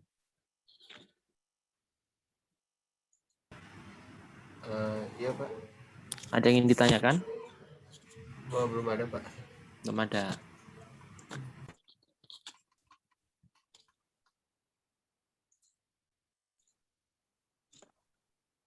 Ini ada pertanyaan lagi nih Pak, Mas, dari Mas Budiono Rahman. Minta rekomendasi lembaga buat kursus SQL dong Pak. Gitu. Iya, itu tadi ya. Sebenarnya kan kalau setahu saya lembaga-lembaga training kan ada kayak decoding dan sebagainya gitu ya. Tapi jujur saya nggak pernah pakai itu. Jadi kalau saya memang lebih banyak itu mainnya di Coursera, Udacity gitu-gitu sih. Kayak gitu. Jadi kayak self-paced gitu. Jadi untuk waktu belajarnya, target belajarnya itu saya yang nge-define sendiri gitu kalau di Coursera maupun Udacity. Kayak gitu sih kalau saya. Dan kayak SQL gitu-gitu ini sih banyak banget di Udacity juga, di Coursera atau Udemy kayak gitu-gitu. Jadi nggak ada lembaga spesifik ya kalau dari saya untuk nyaraninnya. Itu tadi sih platform e-learning yang available aja kayak gitu. Kayak gitu Mas Budiono Rahman. Ya menurut saya juga seperti itu sih. Sama seperti apa yang dikatakan Mas Okta, bahwa sebenarnya untuk era sekarang ini kan lembaga-lembaga tersebut sangat banyak ya Mas Okta ya. Benar. Dan mungkin itu tadi sudah sempat di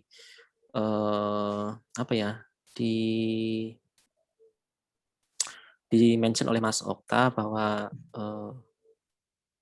lembaga seperti Coursera, Udemy dan sebagainya itu mungkin bisa dijadikan acuan, dan teman-teman juga bisa lihat misalkan kalau di kementerian-kementerian seperti itu biasanya membuat program-program unggulannya bekerja sama dengan siapa sih, seperti itu.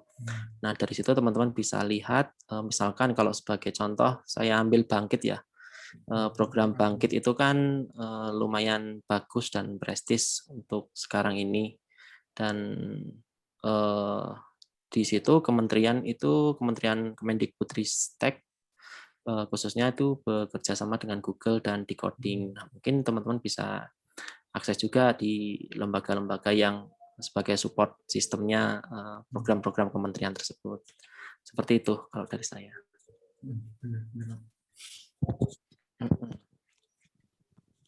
Ya, terima kasih. Ada lagi yang ingin ditanyakan? Sebelum nunggu yang lain saya tanya ya Mas Okta ya, biar nah tadi kan Mas Okta kebetulan kan kita sama ya di ranah vision seperti itu. Nah kenapa sih Mas Okta milihnya ke vision gitu? Itu dulu. Kan sebenarnya kan AI kan banyak ya, ke arah data, ke arah text, speech, image atau vision, terus kemudian ke macam-macam yang lain lah ya. Kenapa sih ke vision, Mas? Ya, jadi sebenarnya itu ya Pak. Kenapa saya milih terjun di computer vision itu ini sih, kayak ya memang mungkin dari waktu saya tadi di waktu kuliah itu kan saya join di tim robot. Nah itu ya mungkin memang udah terpaparnya dari situ sih, kayak oke, vision buat misalnya deteksi bola tadi seperti yang saya sampaikan tadi. Nah dan kebetulan juga kayak dosen pembimbing di tim robot saya kemarin itu juga kayak beliaunya itu juga fokusnya di computer vision gitu Pak. Nah terus setelah saya selesai di tim robot, saya fokus di skripsi itu ini sama beliau juga gitu. Jadi kayak join ke lab beliau. Nah mulai dari situ sih kayak terpaparnya, dan menurut saya juga menarik gitu, kayak computer vision kita bisa bagaimana caranya komputer itu bisa mengenali dunia sekitar gitu. Nah ketika kita sudah bisa mengenali dunia sekitar, nanti untuk analisanya jadi itu tadi bisa kayak dibawa ke NLP untuk image captioning dan sebagainya, gitu-gitu sih Pak. Mungkin untuk kenapa kok saya milihnya computer vision. Tapi ya itu, saya juga nggak mau membatasi diri hanya di computer vision. Saya juga kayak belajar reinforcement learning, natural language processing, kayak gitu-gitu sih. Gitu, Pak. Oke, ya, makasih ya Mas Okta. Terus Sama-sama. tadi kan Mas Okta menjelaskan tentang sistem learning ya, sistem training, di mana tadi kita harus membagi data menjadi data training dan data testing ya. Nah, padahal kan kalau kita untuk melakukan cek apakah sistem atau model yang kita buat itu overfitting atau underfitting itu kan perlu validasi ya Mas Okta. Nah itu bagaimana ya caranya Mas Okta ya? Dan data apa yang dipakai ya? Boleh tahu? Oke, benar, saya tadi share screen lagi ya Pak, benar. Tadi di sini.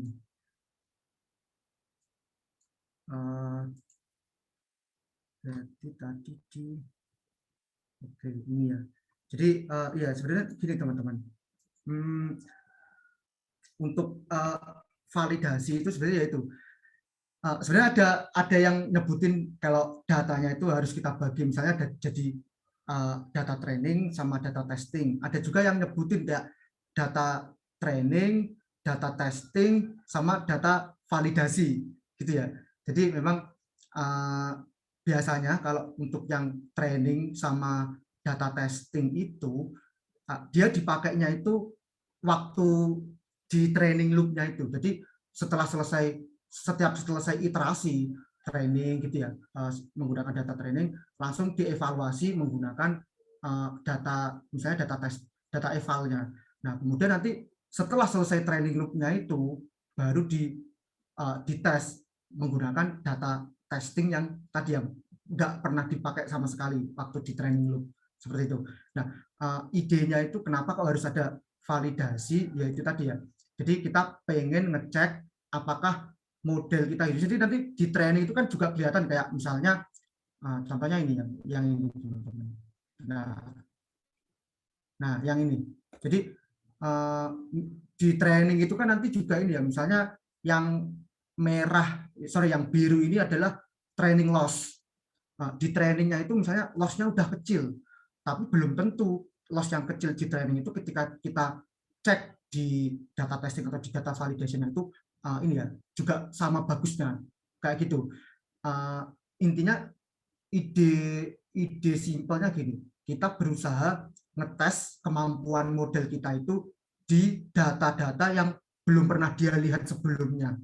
Dimana kan dia di trainingnya menggunakan data training, ya udah di testingnya menggunakan data validasi yang belum dilihat sama model ketika dia training kayak gitu. Jadi untuk ngecek apakah apa ya istilahnya kalau di machine itu apakah kemampuan mengeneralisasi datanya itu dia udah benar atau belum.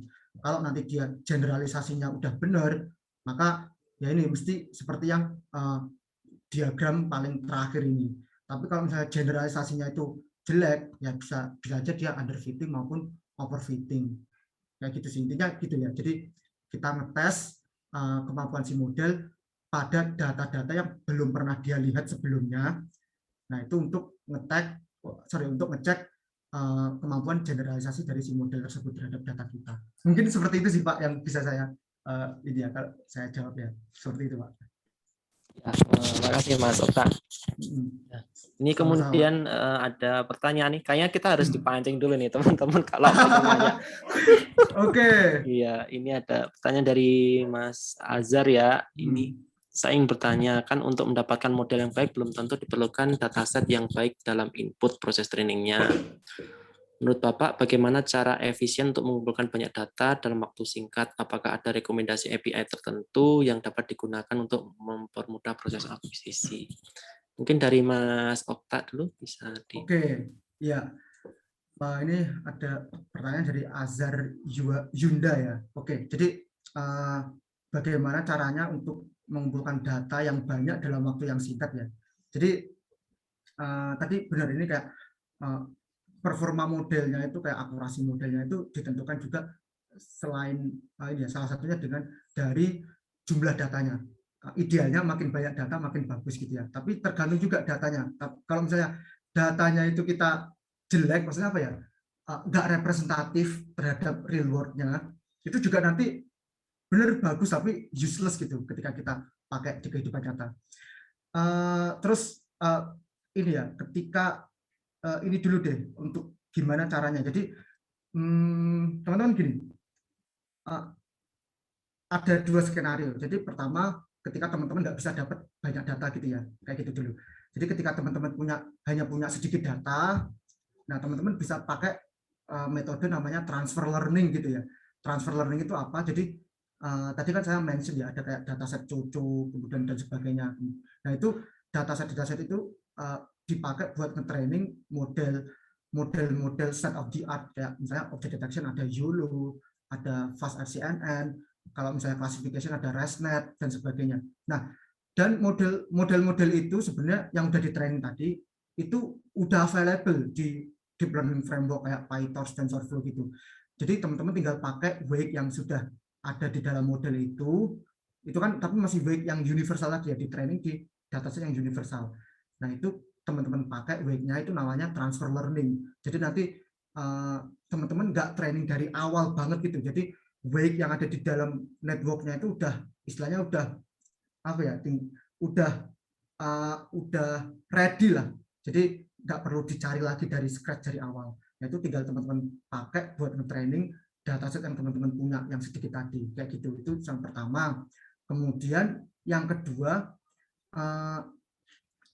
ini ya, ketika teman-teman pengen, jadi nggak puas nih dengan data yang cuma sedikit, teman-teman pengen kayak, oke, aku tetap pengen butuh dataku yang banyak. Nah, itu ada API untuk mendapatkan dataset. Jadi tapi sebenarnya kayak mendapatkan dataset itu tergantung use case-nya sendiri. Ada juga kayak apa ya, semacam misalnya Hugging Face itu udah juga menyediakan dataset kayak misalnya untuk ini ya, untuk machine translation dan sebagainya kayak gitu-gitu. Itu udah ada juga datasetnya di Hugging Face. Itu tinggal dipakai juga. Itu juga udah powerful. Tapi ketika use case-nya sendiri kalian unik, terus pengen dapat dataset banyak dalam waktu yang singkat, itu bisa pakai API. Salah satunya yang bisa aku mention di sini adalah AWS Ground Truth. Jadi di situ teman-teman misalnya punya gambar, nah itu kan kalau teman-teman supervised learning, menggunakan approach supervised learning itu kan butuh labelnya itu.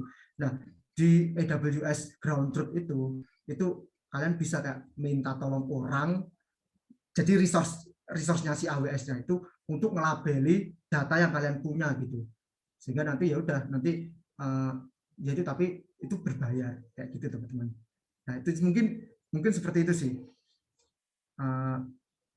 Kalau untuk misalnya dapetin gambarnya sendiri, yaitu mungkin kalian bisa nge-scraping gambar dari Google Image, atau kalau enggak ya ini ya, kayak bikin, kalau aku dulu waktu bikin dataset untuk yang skripsiku yang traffic flow prediction itu, aku bikin gambar-gambarnya itu dari CCTV di Sub Semarang gitu teman-teman. Jadi aku nge-streaming, terus aku bikin script Python buat secara otomatis ini ya, nge-convert video itu menjadi kayak per frame gitu, kayak gitu. Misalnya dari 1 menit video aku setting bisa jadi 60 frame, 60 gambar kayak gitu kan. Nah, itu kayak gitu. Itu juga bisa biar kita lebih cepat gitu dapat datanya. Oke, mungkin itu sih yang bisa saya sampaikan untuk pertanyaan tadi dari Azhar Yunda.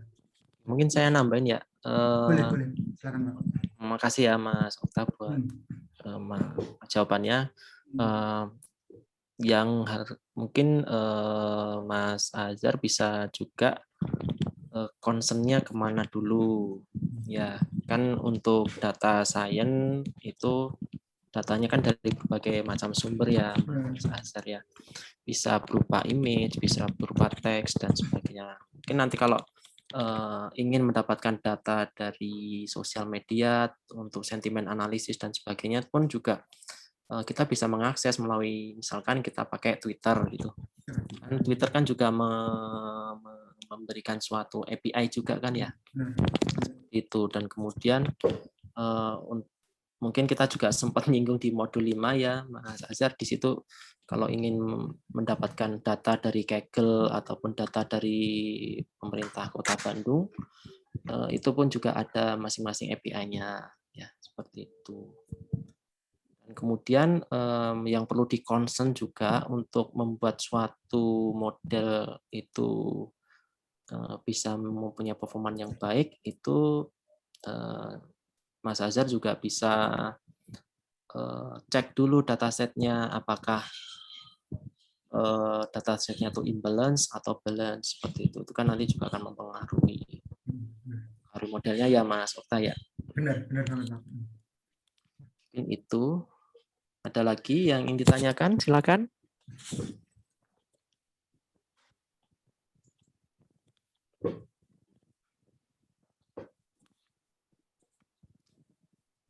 Satu lagi Mas, dari saya nih.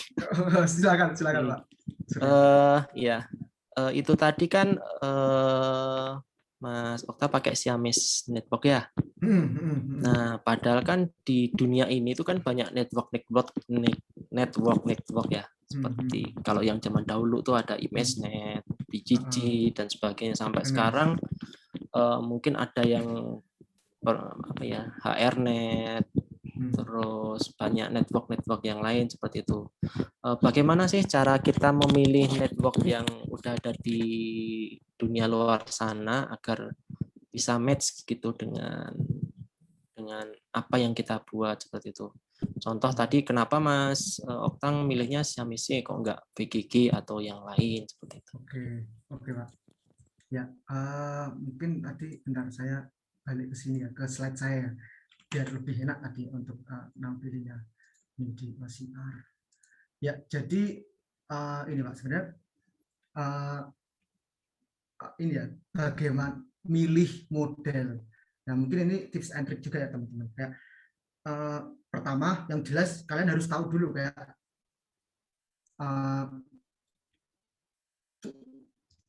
task yang kalian lakukan itu apa. Jadi kan di computer vision itu ada tadi image classification, detection, sama segmentation. Nah, masing-masing modelnya itu butuh apa ya? Masing-masing tasknya itu butuh model sendiri gitu. Jadi contohnya yang image classification itu ada ResNet, ResNext, turunannya dan turun-turunannya. Di object detection tadi seperti yang saya sampaikan Zulu, Faster RCNN, SSD. Nah, kemudian yang di object detection misalnya ada UNet dan sebagainya kayak gitu ya. Jadi pertama disesuaikan dulu dengan tugas atau task yang ingin kalian achieve kayak gitu, itu pertama. Kemudian yang kedua adalah trade off teman-teman. Jadi trade off-nya itu maksudnya trade off antara akurasinya sama inference speed-nya. Jadi biasanya itu ya teman-teman, model-model yang besar, yang ukurannya besar, yang kompleks itu benar akurasi dia itu bagus, tapi inference speed-nya itu mesti lama juga, soalnya kan dia kompleks modelnya. Atau kalian pakai model yang kecil, yang light, versi light, tapi yaitu akurasinya nggak begitu bagus, tapi secara inference speed dia itu kayak cepat gitu. Nah, itu disesuaikan juga, trade off-nya itu disesuaikan dengan kebutuhan kalian gitu teman-teman. Ketika nanti misalnya kalian nge-deploy use case untuk tadi contohnya yang traffic flow prediction, nah, itu kan aku deliver misalnya setiap 1 jam sekali itu kan nggak apa-apa. Jadi aku boleh kayak pakai model yang besar, yang kompleks. Nggak apa-apa nanti inference speed-nya agak lama, soalnya kan use case itu juga prediksinya itu hanya misalnya kayak setiap 1 jam sekali. Tapi kalau yang real time, itu kan berarti kan kalian butuh model-model yang inference speed-nya itu ya nggak terlalu lama gitu. Tapi akurasinya juga acceptable gitu terhadap use case kalian. Itu intinya trade off itu disesuaikan dengan use case kalian. Nah, menyangkut hal yang tadi ya, yang trade off tadi antara inference speed sama akurasi, sebenarnya peran dari elang AI yang aku sampaikan tadi itu di situ teman-teman. Jadi di elang AI itu kita model yang besar itu kita kompres, dia namanya dikuantisasi. Nah, biar apa? Di kuantitasasi itu biar ukuran dari modelnya itu ini ya kayak berkurang, tapi dari segi performa akurasinya itu nggak terlalu drop jauh kayak gitu itu. Biar nanti apa? Model-model yang besar ini tetap bisa jalan di embedded device dengan performa maksimum seperti itu. Itu yang itu ya, kalau yang disambungin ke Lang AI tadi. Nah, itu mungkin kayak gitu milih modelnya. Nah, di sini Siamese Network itu sebenarnya ini kayak namanya aja sih, konfigurasi model yang seperti ini itu namanya Siamese Network aja lah. Jadi sebenarnya di sini itu bebas, nanti di blok yang ini itu yang ini yang saya maksud dua network yang sama itu yang identik ini itu bebas, bisa kita pakai ResNet 100 dan sebagainya. Intinya di sini fitur ekstraktor. Jadi nanti gimana caranya wajah pertama, misalnya gambar pertama sama gambar kedua itu fiturnya bisa diekstrak oleh dua network yang identik ini, sehingga nanti fitur A sama fitur B wajahnya itu akan di-compare menggunakan similarity function. Nah, itu untuk loss function-nya sendiri ada kayak triplet loss dan sebagainya gitu ya. Masih ada banyak juga kayak ini ya, macam-macamnya. Ya itu. Jadi di sini sebenarnya nanti boleh pakai MobileNet, pakai VGG, pakai ResNet dan sebagainya. Tapi ya itu tadi, makin besar modelnya, akurasi makin bagus, tapi inference speed makin rendah. Kayak gitu. Itu kayak trade-off-nya. Mungkin seperti itu sih, Pak. Untuk ini penyampaian, untuk jawaban saya dari pertanyaan yang tadi. Ya, bagus. Oke. Ya. Oke, teman-teman semua. Buat maaf Mas Okta dan Pak Suryo, mohon maaf nih Pak, saya potong dulu karena waktunya sudah hampir habis ya. Teman-teman semua, nggak kerasa banget nih saking asiknya kita berdiskusi ya. Jadi sudah hampir jam sholat Jumat juga, mungkin kita cukupkan dulu pertemuan SIP kali ini. Jadi itu dia ya tadi teman-teman semua pemaparan materi dari narasumber kita Mas Okta Fajar dan Pak Suryo Adiwibowo selaku instruktur kita pada hari ini membawakan materi yang sangat luar biasa ya teman-teman, semoga bisa menginspirasi teman-teman semua untuk mempelajari AI dan deep learning lagi gitu ya teman-teman. Mohon maaf buat teman-teman yang belum sempat menanyakan pertanyaan-pertanyaan di sesi SIP kali ini, mungkin nanti bisa bertanya-tanya juga di SIP berikutnya ya teman-teman ya. Oke, karena sudah jam juga, saya kembalikan ke MC ya. Silakan Mbak Rahmi. Terima kasih Mbak Dewi. Ya, kita lanjutkan ke agenda selanjutnya yaitu sesi dokumentasi.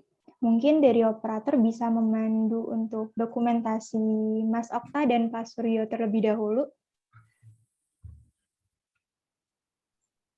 Oke, kuaba ya. 3, 2, 1. Udah. Oke, selanjutnya mungkin rekan-rekan sekalian bisa on cam biar kita bisa dokumentasi sama-sama.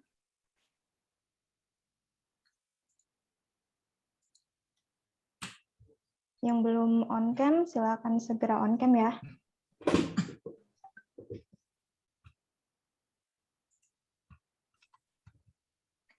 Dari slide 1 dulu ya. 3, 2, 1. Slide 2, 3, 2, 1.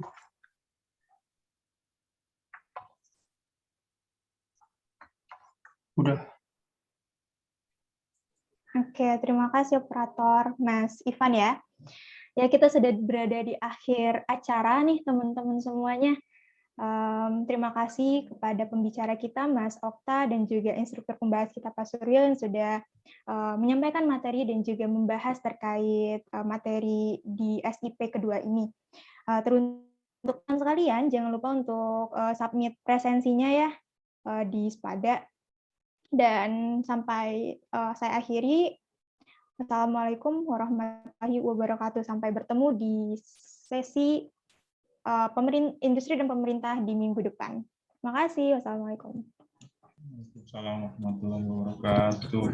Terima kasih semuanya, Mas Okta. Terima kasih. Terima kasih juga Pak Suryo. Terima kasih semuanya. Saya isi ya teman-teman.